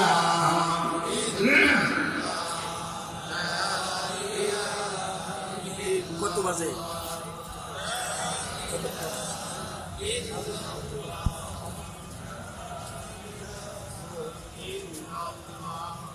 লা ইলাহা ইল্লাল্লাহ মুহাম্মাদুর রাসূলুল্লাহ সাল্লাল্লাহু। সূরা আলে ইমরানের 102 নম্বর আয়াত পড়বে। সূরা আলে ইমরান 102 নম্বর আয়াত। আপনার বাড়িতে যারা মুতাআল্লা করবেন, আমি যে মুসলিম শরীফের একটি হাদিস পড়ছিলাম, ওই হাদিসটার আলোচনা করে আজকের মতো আলোচনা শেষ করব। আল্লাহ আমাদের ধৈর্য সহ বোঝার তৌফিক দিন, ধরে বলেন আমিন। সেটা হলো আব্বাস ইবনে আব্দুল মুত্তালিব রাদিয়াল্লাহু তাআলা আনহু থেকে বর্ণিত। আব্বাস ইবনে আব্দুল মুত্তালিব কে ছিল বলেন তো? আব্দুল মুত্তালিব কে ছিল কথা বলেন? রাসূল সাল্লাল্লাহু আলাইহি সাল্লামের চাচা নাকি দাদা? সুবহানাল্লাহ। কোন রাসূল সাল্লাল্লাহু আলাইহি সাল্লামের দাদার নাম ছিল আব্দুল মুত্তালিব, তাহলে তার ছেলের নাম হলো আব্বাস। তাহলে রাসূল সাল্লাল্লাহু আলাইহি সাল্লামের কি হন? চাচা। ক্লিয়ার তো? সেই আব্বাস রাদিয়াল্লাহু তাআলা আনহু থেকে বর্ণিত হাদিস, তিনি বলেন রাসূলুল্লাহ সাল্লাল্লাহু আলাইহি ওয়াসাল্লাম বলেছেন,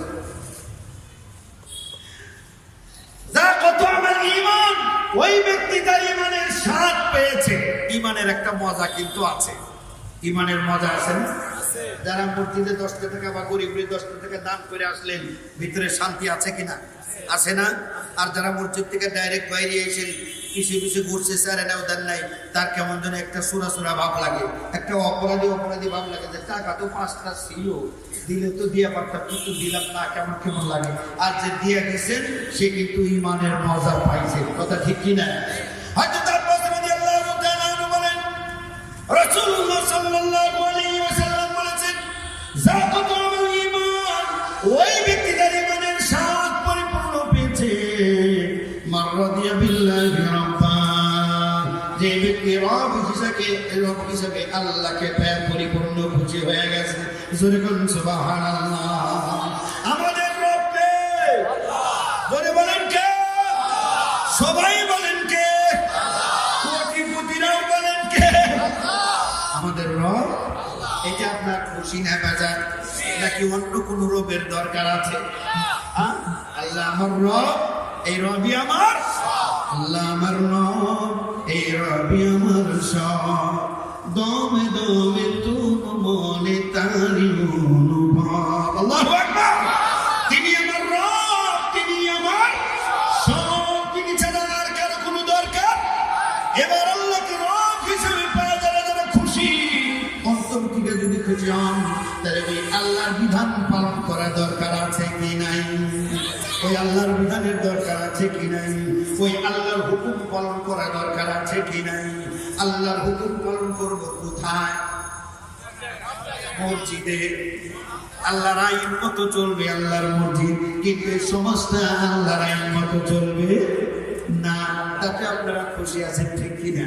যে মসজিদটা শুধু আল্লাহর নিয়মে ইবাদত বন্দেগীতে চললেই হবে, এই সমাজ, এখানে আল্লাহর নিয়ম কানুনের কোনো দরকার, এরকম চিন্তা অনেক মুসল্লিরা আছে কিনা? আছে কিনা? অনেক মুসল্লিরা আছে মসজিদের ভিতরে কোনো কিলাকিলি করতে দেবে না, খবরদার এটা আল্লাহর ঘর। কিন্তু এই পৃথিবীটা আল্লাহর ঘরের বাইরে নাকি আল্লাহর ঘর? এটা আল্লাহর ঘর।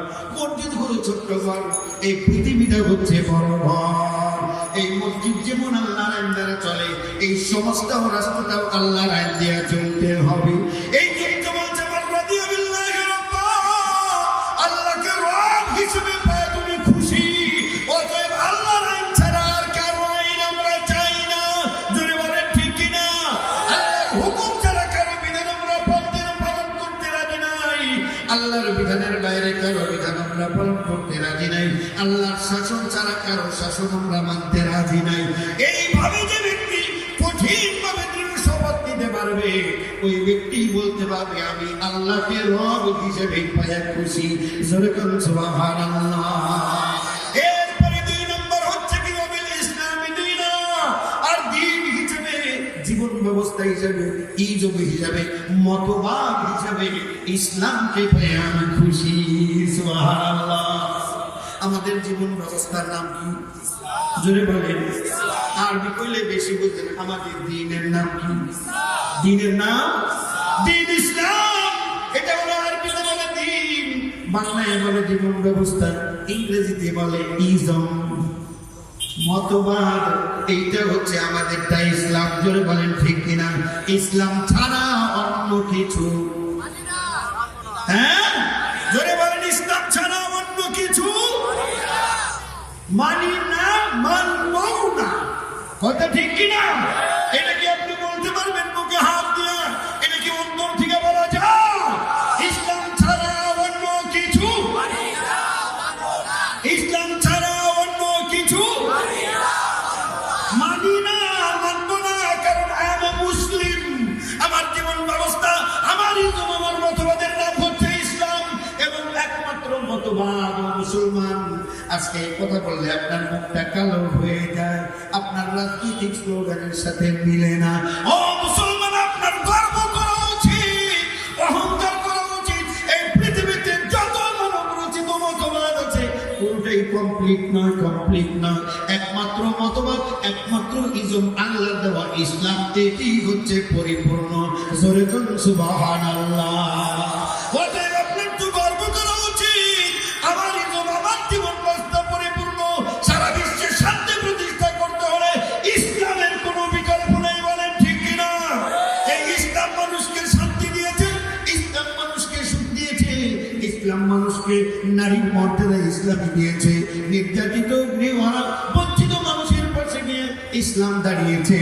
এই ইসলাম প্রতিষ্ঠিত হওয়ার পর অবস্থা এমন হয়ে গেল, আল্লাহর হাবিব বলেন সানা থেকে হাজরামাউত পর্যন্ত হাজার হাজার মাইলের ভিতরে দিনের আলোতে অথবা রাতের অন্ধকারে, নির্জনে নিরালায়, অমাবস্যার রজনীতেও একজন সুন্দরী তরুণী, তন্নি, ষোড়শী যুবতী লক্ষ লক্ষ টাকার অলংকার পরে রাতের অন্ধকারে সানা থেকে হাজরামাউত পর্যন্ত চলে যেত। আল্লাহর কসম, আল্লাহর কসম, লা ইয়াখাফু আহাদান ইল্লাল্লাহ। এক আল্লাহ ছাড়া কোনো ডাকাতের ভয় ওই রমণীর ছিল না, ওই মহিলা কোনো লুচ্চার ভয় তার ভিতরে ছিল না, কোনো চোরের ভয় ছিল না, কোনো ধর্ষকের ভয় তার ছিল না। আর আমাদের দেশে ধর্ষক আছে কি নাই? যেমন কোনদিন আছে পত্রিকার অথবা নিউজে, আপনারা প্রিন্টিং মিডিয়া, ইলেকট্রনিক মিডিয়া যেখানেই যান, এমন একটা দিন দেখাতে পারবে একজন মহিলা ধর্ষণ হয় নাই, ধর্ষণের শিকার হয় নাই। ধর্ষক আমাদের দেশে এখনো আছে, এর চাইতে বেশি ধর্ষক ছিল তদানীন্তন আইয়ামে জাহিলিয়ার আরবে। আল্লাহর কোরআনের বিধান দ্বারা, ইসলাম দ্বারা সমস্ত ধর্ষকদেরকে শেষ করে দিয়েছে, যারা নারীদের ইজ্জতে আবুর ছিনিমিনি খেলতো। এই কোরআন আসার কারণে ওই লোকগুলোর অবস্থা এমন হয়ে গেল, যারা ছিল নারীদের ইজ্জতের জন, এখন তারাই রাত জেগে জেগে নারীদের ইজ্জতের পাহাড় দেয়। বলেন সুবহানাল্লাহ। ওই কোরআন আমাদের দেশে আছে কি নাই? জোরে বলেন আছে কি নাই? আল্লাহ রাব্বুল আলামিন বলেন কিতাবুন আনজালনাহু ইলাইকা লিতুখরিজান নাসা মিনাল যুলুমাতি ইলান নূর। আল্লাহু আকবার। আল্লাহ বলেন কিতাব আমি আল্লাহ অবতীর্ণ করেছি এই পৃথিবীতে। কি জন্য অবতীর্ণ করলাম? লিতুখরিজান নাস মিনাল যুলুমাতি ইলান নূর। এই কিতাব দ্বারা অন্ধকারাচ্ছন্ন মানুষগুলোকে অন্ধকার সমূহ থেকে আলোর দিকে নিয়ে যাবে। বলেন সুবহানাল্লাহ। আরবের যে সমস্ত ডাকাতরা দিনের আলোতে লোকজনের মালগুলো আত্মসাৎ করতো, ডাকাতি করে ছিনতাই করে নিয়ে যেত, এই কোরআনের দ্বারা তাদের চরিত্র এমন ভাবে সংশোধিত হয়ে গেল, তারা এখন রাত জেগে জেগে মনে মনে দাঁড়াইয়ে দাঁড়াইয়ে কারো মাল যেন চুরি না হয়, ডাকাতি না হয়, তারা পাহাড় দেয়। ধরে সুবহানাল্লাহ। ওই কোরআন আমাদের কাছে আছে কি নাই? ওই কোরআন দ্বারা এখনো যদি কোনো সমাজ চলে,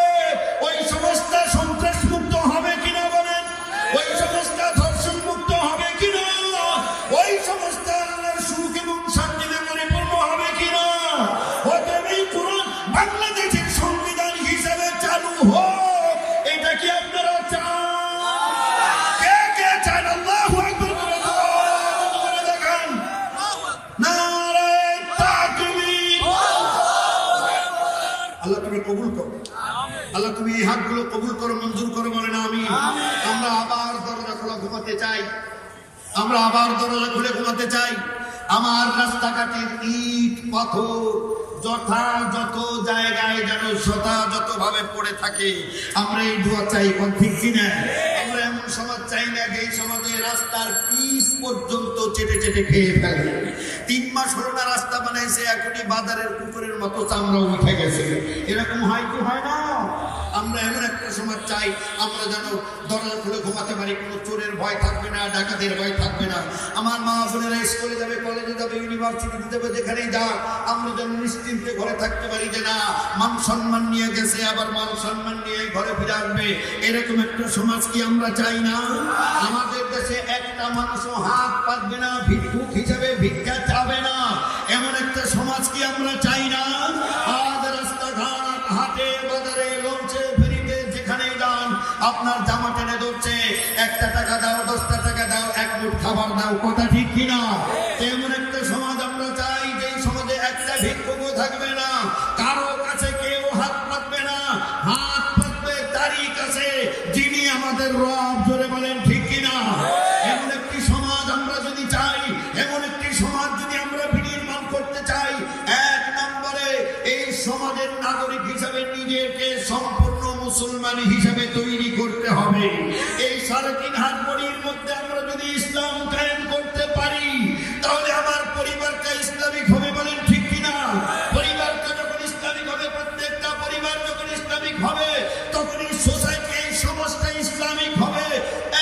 একটা সোসাইটি যখন ইসলামিক হয়ে যাবে, তখন গোটা রাষ্ট্রটাই আল্লাহর কোরআনের গোলাম হয়ে যাবে, বলেন ঠিক কিনা? সেখানে জুলুম থাকবে না, নির্যাতন থাকবে না, নিপীড়ন থাকবে না, সেখানে বঞ্চিত নিগৃহীত মানুষের মুখে হাসি ফুটবে। ইনশাআল্লাহ দরজা খুলে মানুষ ঘুমাতে পারবে, খাবার অভাবে কেউ না খেয়ে মরবে না, এবং কেউ বস্ত্রহীন থাকবে না। আমরা যদি লক্ষ্য করি, বর্তমান বিশ্বের অবস্থা হচ্ছে, আজ 1 শ্রেণীর লোক 10 তলায়, আর 1 শ্রেণীর লোক 10 তলায় মাথা গুজার ঠাই পাচ্ছে না, বলেন ঠিক কিনা? 1 শ্রেণীর লোক লক্ষ লক্ষ টাকা পোলাও কোরমা খেতে না পারে ডাস্টবিনে নিক্ষেপ করছে, আর 1 শ্রেণীর বুনিয়াদম ওই ডাস্টবিনে শিয়াল কুকুরের সাথে আইটা ঝুটা চেটে চেটে খেয়ে নিজেদের জীবন বাঁচানোর ব্যর্থ প্রয়াস চালাচ্ছে, ঠিক কিনা? 1 শ্রেণীর লোক লক্ষ লক্ষ টাকার কার্পেট জুতা দিয়া পড়াইতেছে, আর 1 শ্রেণীর লোক এই শীতের মধ্যে নিজের ইজ্জত আবরু ঢাকার জন্য 1 টুকরো চটও খুঁজে পাচ্ছে না, বলেন ঠিক কিনা? এদেশে 1 শ্রেণীর লোক কোটি কোটি টাকা উড়িয়ে দিচ্ছে, অপচয় করছে, বাতাসে উড়াচ্ছে, আর 1 শ্রেণীর লোক 1টা টাকার জন্য পথের মধ্যে হাত বেঁধে বসে আছে। এই অবস্থার সুষ্ঠু সমাধান হবে সেদিন, আল্লাহর কোরআন দ্বারা এই সমাজ পরিচালিত হবে যেদিন, কথা ঠিক কিনা? এই সমাজ কি আপনারা চান? তাহলে প্রত্যেককে 1 নম্বরে কোরআনের সৈনিক হতে হবে। তার মানে কোরআন যারা পড়তে জানেন না, নাম্বার 1 আপনাদের নিজেদের কোরআন শিখতে হবে, কোরআন বুঝতে হবে, কোরআনের আমল, কোরআন যে দায়িত্বগুলো দিয়েছে নিজের ভেতরে আগে সেগুলো কায়েম করতে হবে। এরপরে কোরআনের দ্বারা নিজেকে পরিচালিত করতে হবে, নিজের ব্যবসা কোরআন অনুযায়ী করতে হবে, নিজের বাজার ঘাট কোরআন অনুযায়ী করতে হবে, নিজের বিবাহ সাথে কোরআন অনুযায়ী করতে হবে, নিজের ছেলে সন্তান হলে কোরআন অনুযায়ী তাদেরকে নাম রাখতে হবে, শিক্ষা দীক্ষা দিতে হবে। এরপরে ছেলে সন্তান যখন বড় হয়ে যাবে, বাপমার সাথে কি আচরণ করবে, কোরআন অনুযায়ী করতে হবে। সকল কিছু যখন ইসলাম অনুযায়ী হয়ে যাবে, ইনশাআল্লাহ একটা পরিবার ইসলামিক হওয়া মানে একটা রাষ্ট্র ইসলামিক হয়ে যাওয়া।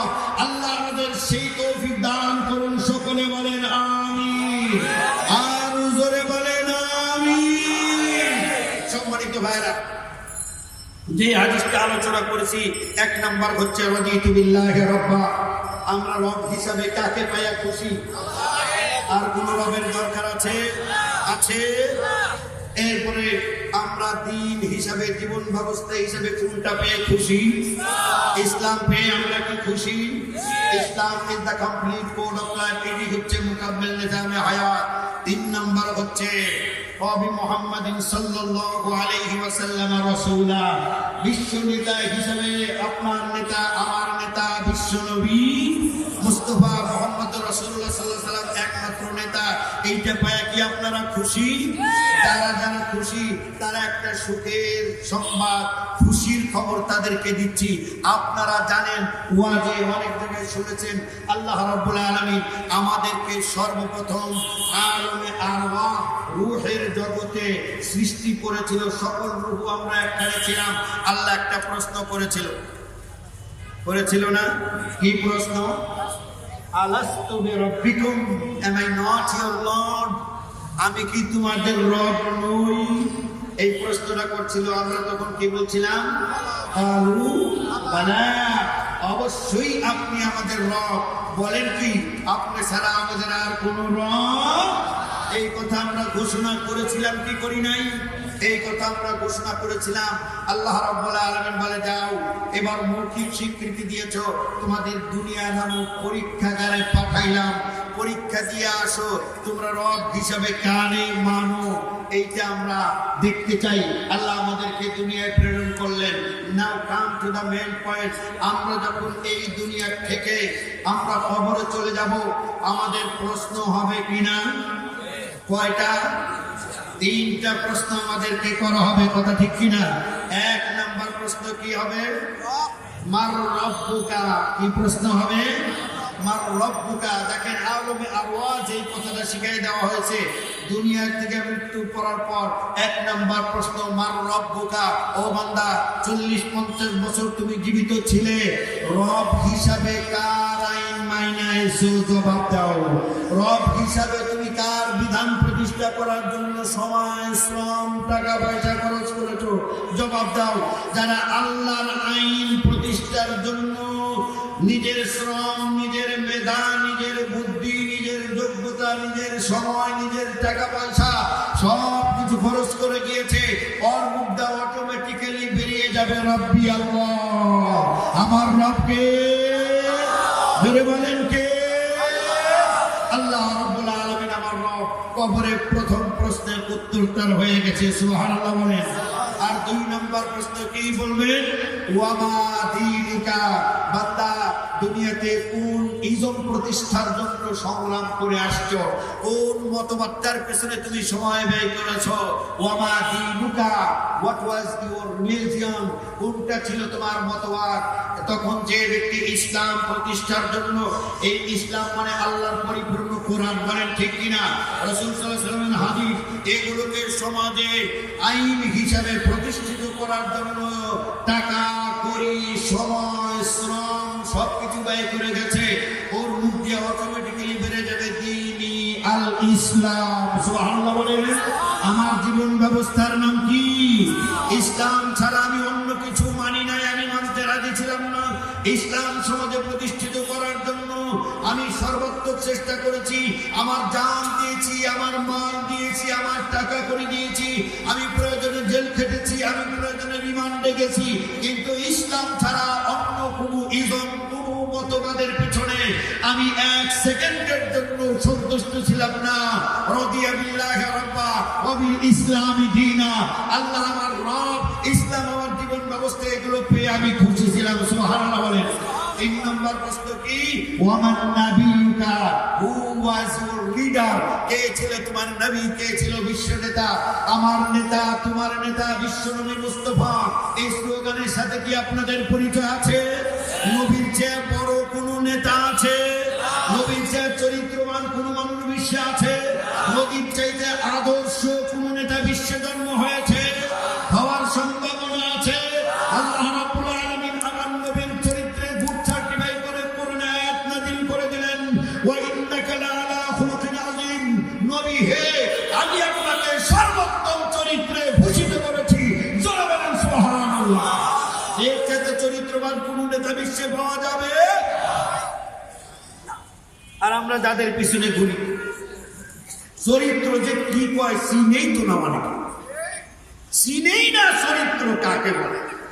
যত রকমের ধান্দাবাজি, যত রকমের ঢুকাবাজি, যত রকমের টেন্ডারবাজি, যত রকমের রাস্তা খাও, কাবি খা, খাবি খা, জন্মের খাওয়া খা।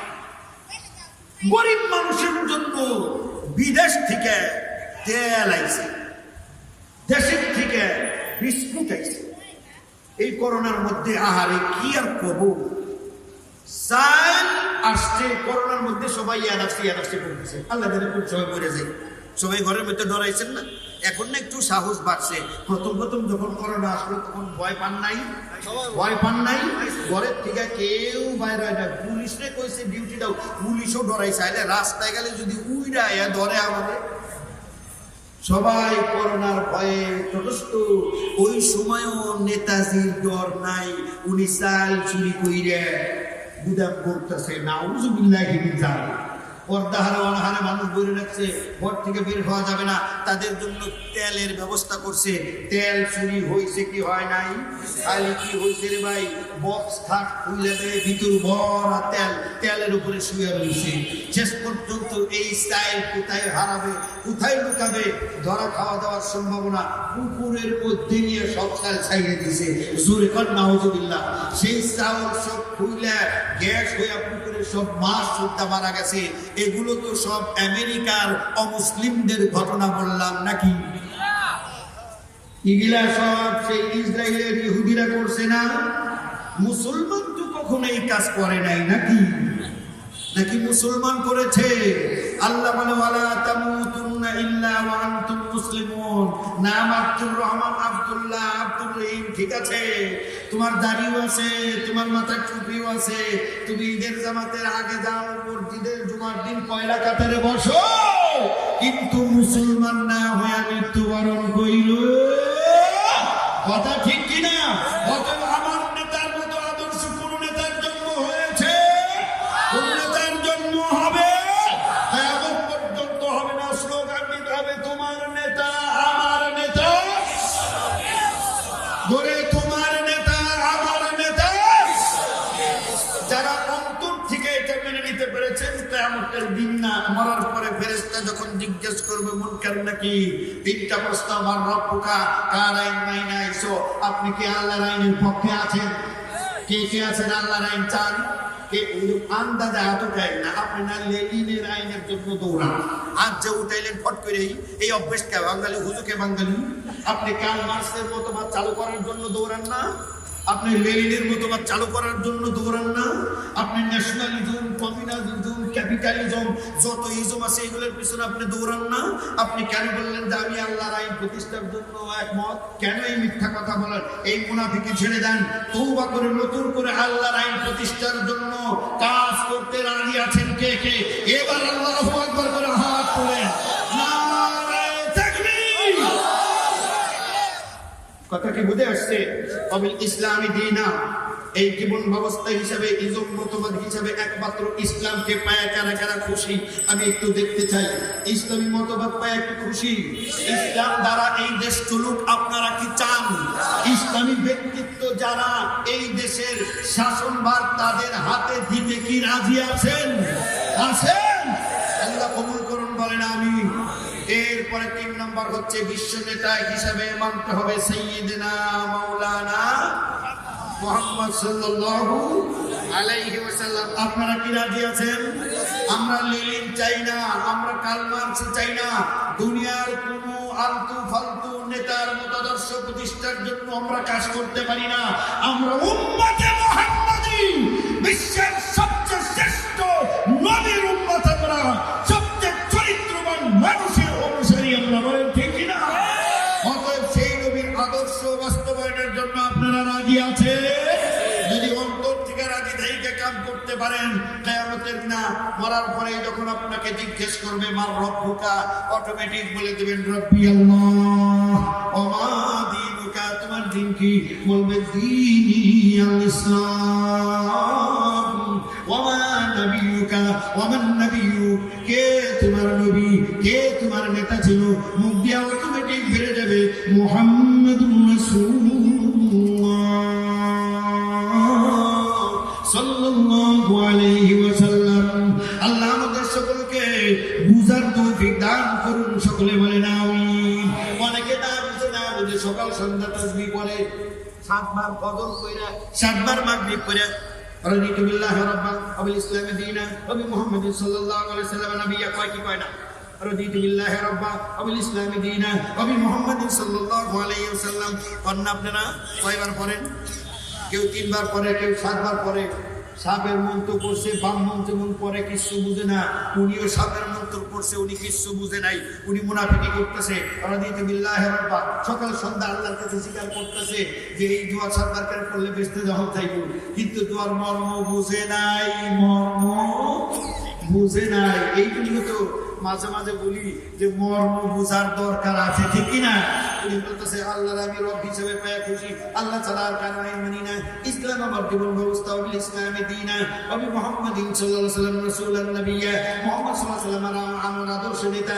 কিন্তু দেখা যায় আপনি এক সুরের পিছনে ঘুরবার লাগছে, জোরে বলেন ঠিক কিনা? এরপরে বিল ইসলামে দীনা, ইসলাম ছাড়া অন্য কোনো জীবন ব্যবস্থা মানি না। মুখে মুখে আল্লাহর ঘর মসজিদে বসে সকালবেলা ফজর পড়ে এটা বলছে, কিন্তু বাইরে যে ইসলাম ছাড়া অন্য মতাদর্শ প্রতিষ্ঠার জন্য আন্দোলনে নাইমে গেছে। এরপরে 1 নম্বরে বলছে রাদিতু বিল্লাহি রাব্বা, আমি আল্লাহকে রব হিসেবে পেয়ে সবচেয়ে খুশি, আল্লাহর আইন ছাড়া কারো আইন আমি মানি না। কিন্তু দুনিয়ার প্রথমেই দেখা গেল আল্লাহর আইনকে আল্লাহর আইন তো প্রতিষ্ঠা করে না, আল্লাহর আইনের কথা যারা কয় তাকেও ধরে ঠেঙ্গায়। এরকম মুসলিম আছে কিনা? কারণ হচ্ছে যা করছে কিছু বুঝে পড়ে নাই। আপনি নামাজের মধ্যে যে সমস্ত দোয়ার কালমা পড়েন, এগুলোর অর্থ যদি বুঝে পড়তেন, হয় নামাজ ছাইরে দিতেন, আর নয় দুনিয়াদারি ছাইরে দিতেন, ঠিক কিনা? এখন আমরা বুঝি না, শুধু খাই নামাজও বলি, ঘুষ খাই নামাজও বলি, কিলাকিলি করি নামাজও বলি, মিথ্যা কথা বলি নামাজও বলি। হাজি সাহেব হজ করে আইছে, সারা রাত বসে অন্ধকারে সিল মারতে আছে, আবার নামাজও পড়ে, আবার নামার আগে আল্লাহ লাগায়, জোরে বলেন ঠিক কিনা? সে মুখে মুখে যা পড়ছে, ওই কাবা শরীফের গিলাফ ধরে যে দোয়া পড়ছিল, একটার অর্থ মুআল্লিম তার শিখায় নাই। যদি শিখাইতো, কাবার গিলাফ ধরে যে সমস্ত দোয়াগুলো পড়ছে, ওই লোক বাংলাদেশে না মরে যাইতো। নেতা না হইতে পারলে কর্মী হইতো, কর্মী না হইতে পারলে সাধারণ জনগণ হয়ে চলতো, কিন্তু জীবনে উতারে দ্বারা রাতের অন্ধকারে এরকম করা যাইতো না, জোরে বলেন ঠিক কিনা? কারণ হজে যা পড়ছে একটা কথাও বুঝে নাই, মুআল্লিম তারে তরজমা করে দেয় নাই। উনি মনে করছে আমি রাতের অন্ধকারে যা করি না করি আল্লাহ সব মাফ করে দেব। কাবা শরীফ ধরছি, আমার ব্যস্ত ঠেকাইছে কে? জোরে করেন নাউজুবিল্লাহ, আর জোরে বলেন নাউজুবিল্লাহ। আমরা আল্লাহ রাব্বুল আলামিনের পরিপূর্ণ গোলাম হতে চাই, বলেন ঠিক কিনা? গোলাম হতে রাজি আছে? গোলামি করব কার? জোরে বলেন কার? সবাই বলেন কার? ধনীরা গোলাম হবেন কার? কোটিপতিরা গোলামি করবেন কার? আর যদি কোন যে আল্লাহর গোলামি ভালো লাগে না, মরেন 2 দিন পরে, ওই যে 7 তালা আপনার, 13 তালা আপনার, ওই 6 তালা আপনার না, আপনি 20 তালার মধ্যে থাকেন। আজকে আপনি এই মুহূর্তে মারা যান, এই মুহূর্তে মারা গেলে 20 তালায় যে থাকে তারা কোন তালায় নেব? কোন তালা? কইব দারোয়ানকে কইব গ্যারেজ খালি কর, গাড়ি বাইর কর। কে? ওই যে হাসপাতাল থেকে মালিক আসতেছে, কইব না মালিকের লাশ আসতেছে, ঠিক কি না? সব সমান হয়ে যাবে, টন, কিচ্ছু নাই, কোনো কিছুই বাদ থাকবে না। আল্লাহ আমাদের বুঝার তৌফিক দিন, জোরে করেন আমিন, আর জোরে বলেন আমিন।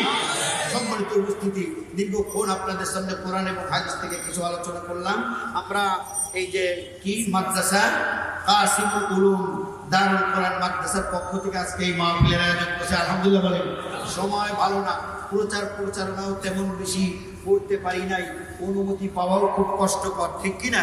এরপরেও যে এতটুকু পরিসরে বনশ্রীতে একটা মাহফিল হলো, আপনারা খুশি না বেজা? খুশি না বেজা? যদিও সেরকম খোরাক আমি দিতে পারি না, কত কিচ্ছা কাহিনী আমি খুব একটা বলতে পারি না। অনেকে আছে সেই আফ্রিকার জঙ্গলের কিচ্ছা, সাপ মুড়ি ধুয়ে খেলাফতি চাইলো হে কিচ্ছা, বেগুন খেতের কিচ্ছা, এরকম বহুত কিচ্ছা কাহিনী আছে না? ওগুলো বলে সময় নষ্ট করার অভ্যাস আমার নাই। আমি সরাসরি যেই কথাগুলো আপনি নিজে উচ্চারণ করেন ওগুলোর শুধু তর্জমা করে গেলাম, কথা ঠিক কিনা? নিজে আপনি নামাজের মধ্যে যা পড়তেছেন ওগুলোর একটু তর্জমা আপনি করে গেলাম। এটা তো সম্পূর্ণ নামাজের মধ্যে যা কিছু করেন, আমি অনুরোধ করব কালকে থেকে যে মসজিদে পড়েন শুরু করবেন যে হুজুর আমি তো 40 বছর ধরে নামাজ পড়ি, আমি যতবার সেজদা যাই সুবহানা রাব্বিয়াল আলা কই ঠিক কিনা? এই যে কি কই একটু কয়ে দেন তো, এটার বাংলা কি? এখানে অনেক মুসল্লি আছে 40 বছর ধরে নামাজ পড়ে। এখন যদি জিজ্ঞেস করি হাজী সাহেব হজ করছেন কয়বার, কয় হুজুর বহুবার, বহুবার করছি। তো হজ করছেন সুবহানা রাব্বিয়াল আলা করছেন না, কয় নামাজের মধ্যে সমানে কই, এটার অর্থ কি? জানি না, জানার দরকারও বোধ করি নেই। ছোট্ট একটা দোয়া সুবহানা রাব্বিয়াল আলা, হাজী সাহেব কইতে পারেন এর অর্থ কি? এখানে এরকম হাজী নাই, আছে না? না, এদিকে চতুর্দিকে আছে না হাজী সাহেব? এখন যদি সামি আল্লাহু লিমান হামিদা মানে কি? হাজী সাহেব কি কইব? রব্বানা লাকাল হামদ কইব নাকি? যদি কি সামি আল্লাহু লিমান হামিদা আপনারা কি শুনেন না এই কথাটা? জীবনে জীবনে কর নাই একবারও? কোন সময় কোন লাগে? সিজদা যায় না রুকুতে যায়? সামি আল্লাহু লিমান হামিদা কোন লাগে? কোন সময়? সিজদা যাওয়ার সময়, হ্যাঁ, রুকু থেকে ওঠার সময়। এর মানে কি? কেরা কয়ে পারবেন? একটু হাত দেখান। দেখছেন, not a single body, not a single body. এমনকি অনেক ইমামও থাকতে পারে, অনেক ইমামও থাকতে পারে যারা হাত উঠাতে সাহস পায় না। সামি আল্লাহ মানে where are you going? Where is your destination?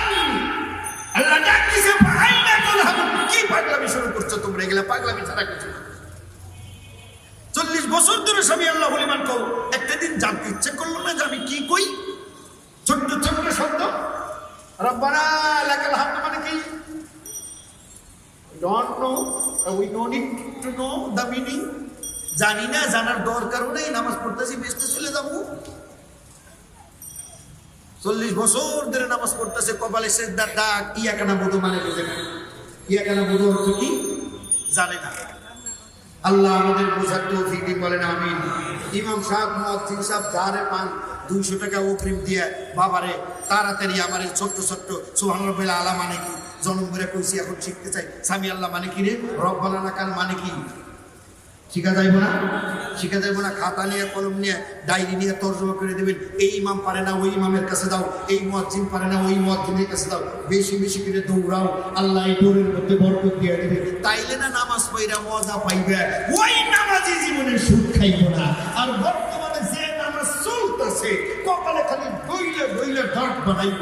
কপালে সেজদা দিয়ে হুনছে যে কপালে সেজদার দাগ হইলে বেচতে যাইব, উনি সেজদা সমানে বসে। কোন জায়গায় এখনো টাইলস করা হয় না, ঘষ খসা, ওই মসজিদে আমার নিয়ে যা তাড়াতাড়ি, আমি দাগ বানিয়ে বেচতে যাব। আছে কিনা এরকম কিছু? আমি ছোটবেলা থেকে, জন্মের পর থেকে নামাজ পড়তেছি, এখনো কালা হয় নাই। নামাজি ফ্যামিলিতেই জন্ম হয়েছে, এতটুকু বয়স থেকে হেফজ শেষ করছি।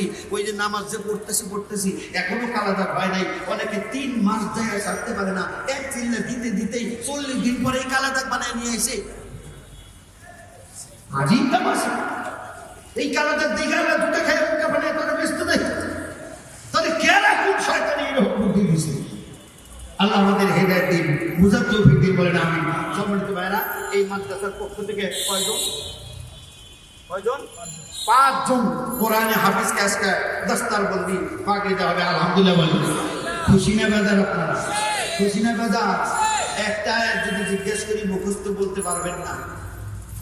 আর এই ছেলেগুলো 6666 এই পুরা কোরআন শরীফ অন্তরে ধারণ করেছে। সুবহানাল্লাহ। আমি ভারতকে বলবো, ভারতের আইন বিভাগকে বলবো, ভারতের আইন মন্ত্রীকে বলবো, যারা বিচারক আছেন তাদেরকে উদ্দেশ্য করে বলবো, আপনারা 26টা আয়াত কোরআন শরীফ থেকে মুছে দেওয়ার জন্য আদালতে রিট করে যে অপরাধ করেছেন, এখনো সময় আছে, তওবা করেন। বলেন ঠিক কিনা? পৃথিবীর সমস্ত শয়তানরা একত্রিত হয়ে যদি চেষ্টা করো, আল্লাহর কোরআনকে মুছে দিতে পারবে না, পারবে না। কারণ 3 বছর, 4 বছর, 5 বছরের সন্তানদের অন্তরের ভেতরে আল্লাহর কোরআন সেভ হয়ে গেছে। বলেন ঠিক কিনা?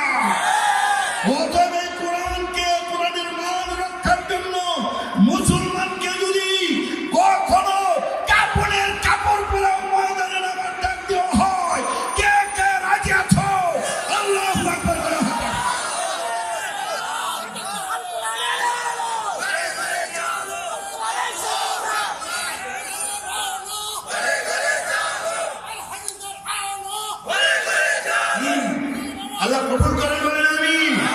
এই কোরআনের সাথে যারাই টক্কর দিতে এসেছে এই বিশ্বের ইতিহাস থেকে তারাই মুছে গেছে। কথা ঠিক কিনা? আমি বলতেছি ইতিহাসে রাস্তা করে তোমরা নিক্ষিপ্ত হবা। কোরআন নিয়ে সিরিমিনে খেলো না। আমরা মুসলমান দেশকে দুর্বল, আমাদের মধ্যে ঐক্য নাই, আমাদের ঈমান নাই, আমরা দুর্বল হয়ে গেছি, আমাদের মন কাঁদে না। আজকে কোরআনের আয়াত বাদ দেওয়ার কথাকে আদালতে রিট করা হয়, সেই রিট গ্রহণ করা হয়, হয়তো রায়ও কয়দিন পরে দেবে। কথা ঠিক কিনা? তোমার মতো বিচারক 1000 বার কোরআন বাতিলের রায় দাও, কিচ্ছু হবে না। কোরআনের মান যেমন ছিল তেমন আছে, কিয়ামত পর্যন্ত তেমনই। কারণ এই কোরআনের হেফাজতের দায়িত্ব নিছেন কে? ধরে বলেন কে? এই জায়গা থেকে কয়েকজন জিন্দা কোরআন বাই দিয়ে গেছে, কয়টারে গুলি করে মারবা? বাংলাদেশে যত কোরআনের বই আছে সব এই মুহূর্তে আগুন দিয়ে জ্বালায় দাও, কোরআন কি শেষ হয়ে যাবে? 10 মিনিটও লাগবে না। এই 5 মিনিট নিয়ে খালি বহু বয়, আর একজন খালি খাতা কলম নিয়ে বয়। সুবহানাল্লাহ কইবেন না? সারা বিশ্বে সবচেয়ে পঠিত যে বই সেটার নাম হচ্ছে আল কোরআন, যেটার মধ্যে দুনিয়ার মানুষের একটা দাড়ি কমাও নাই, সেটার নাম হচ্ছে আল কোরআন। যেটার এক অক্ষর তেলাওয়াত করলে 10টি করে নাকি পাওয়া যায়, সেটার নাম হচ্ছে আল কোরআন। যেটার হালালকে হারাম মানলে, হারামকে হারাম মানলে, কোরআনকে মুখস্থ করার পর ওই ব্যক্তিকে আল্লাহ জান্নাতে দেবেন এবং তার নিকটতম আত্মীয়-স্বজনের মধ্য থেকে 10 ব্যক্তি সম্পর্কে সুপারিশ করার পাওয়ার দিবেন, সেটার নাম হচ্ছে আল কোরআন। যারা বলেন ঠিক কিনা? সেই কোরআন নিয়ে সিনেমিনি খেলার পর্যন্ত কেউ সুখ পায় নাই, তোমরাও সুখ পাবে না। অতএব ভারতের সরকার প্রধানকে অনুরোধ করবো, এই ধরনের মস্করা যারা কোরআন নিয়ে করতেছে ওকে গ্রেফতার করেন, এই রিট খারিজ করে দেন। গোটা বিশ্বের 150 কোটি মুসলমানের অন্তরে যে আঘাত দিয়েছে, এই আঘাত দিয়ে মুসলমানের দেশে বেড়াইতে আইছেন না, এটা আপনার জন্য সুখকর হবে না। বলেন ঠিক কিনা? আবেশ শব্দের মাথায় পাগড়ি দেওয়ার ব্যবস্থা করুন। ও পাগড়ি দেওয়ার আগে না পরে? আচ্ছা, সম্মানিত ভাইরা, এই হিফজখানা পরিচালনা করার জন্য আমাদের মৌলানা ইয়াকুব সাহেব, হাফেজ সাহেব, আপনারা জানেন প্রতি বছর এরকম মাহফিল, আপনারা কিছু এই যে এখানে এতিম গরিব এরকম কিছু ছাত্র আছে যারা টাকা পয়সা দিতে পারে না। আমি শুনছি আপনারা অনেকে চাউল কিনে দিয়েছেন এদের খাবার জন্য, আলহামদুলিল্লাহ। এরা ওই উচ্চ বংশের লোকজন আজকাল হেফজখানা ইদানিং যাওয়া শুরু করছে, আগে দু একটা দিত না, ঠিক না? এখন যখন বিশ্ব রেকর্ড করা শুরু করলো হাফেজরা, আলহামদুলিল্লাহ। কম এরকম হাফেজের কোরআন 80-90টা রাষ্ট্রের সাথে প্রতিযোগিতা হচ্ছে, বাংলাদেশের পতাকা উড্ডীন করছে সেখানে। সুবহানাল্লাহ কম না? বাংলাদেশের পতাকা উড্ডীন করে সেখানে দাঁড়াইছে, প্রতিযোগিতা দেয় বাংলাদেশের পতাকা মাথার উপর ওড়ে। বিদেশিরা এখন আরব দেশের কোনো প্রতিযোগী গেলে আগে প্রতিযোগীর লিস্ট দেখে এখানে কোনো বাঙালি আছে কিনা। যদি দেখে না প্রতিযোগিতায় বাঙালি, বাংলাদেশ থেকে 2 জন আইছে, ওরা তখন এমনি চিন্তা করে যে 1st সেকেন্ড বাদ দিয়ে পরের চিন্তা কর, কারণ 2 জন বাংলাদেশি আছে, ওরা 1st সেকেন্ড 2 জনে নিয়ে নিব। এইরকম অবস্থা বিশ্বে তৈরি হয়ে গেছে। বাংলাদেশের মুখ উজ্জ্বল করছে সারা বিশ্বের কাছে, বাংলাদেশ শোনা যায়। এরপরেও দুঃখ যে যারা কোনোদিন একদিন হয়তো খেলতে যায় একটা জায়গায় জিতছে, ও আসলে দেশে আসলে ওরে প্রাইভেট কার দেয়, ওরে বাড়ি দেয়, ওরে গাড়ি দেয়, তার নারীর ব্যবস্থা পর্যন্ত করা হয়। বলেন ঠিক কিনা? কিন্তু যেই সমস্ত হাফেজে কোরআনরা সারা বিশ্বের মধ্যে আমার দেশের মান মর্যাদাকে সমুন্নত করলো, আমার পতাকাকে বিশ্বের বুকে যারা পথ করে উড়িয়ে দিল, তারা যখন এয়ারপোর্টে নামে দুঃখজনক হলেও সত্য, তাদের জন্য লাল গাড়ি থেকে দূরের কথা, বাংলাদেশের সরকারি দায়িত্বশীল একটা মানুষও তাদেরকে রিসিভ করা পর্যন্ত যায় না। বলেন ঠিক কিনা? যে যাতে গুণীজনের কদর করতে পারে না, সেখানে গুণীজনের জন্ম হয় না। আল্লাহ আমাদের বুঝার তৌফিক দিন, বলেন আমিন।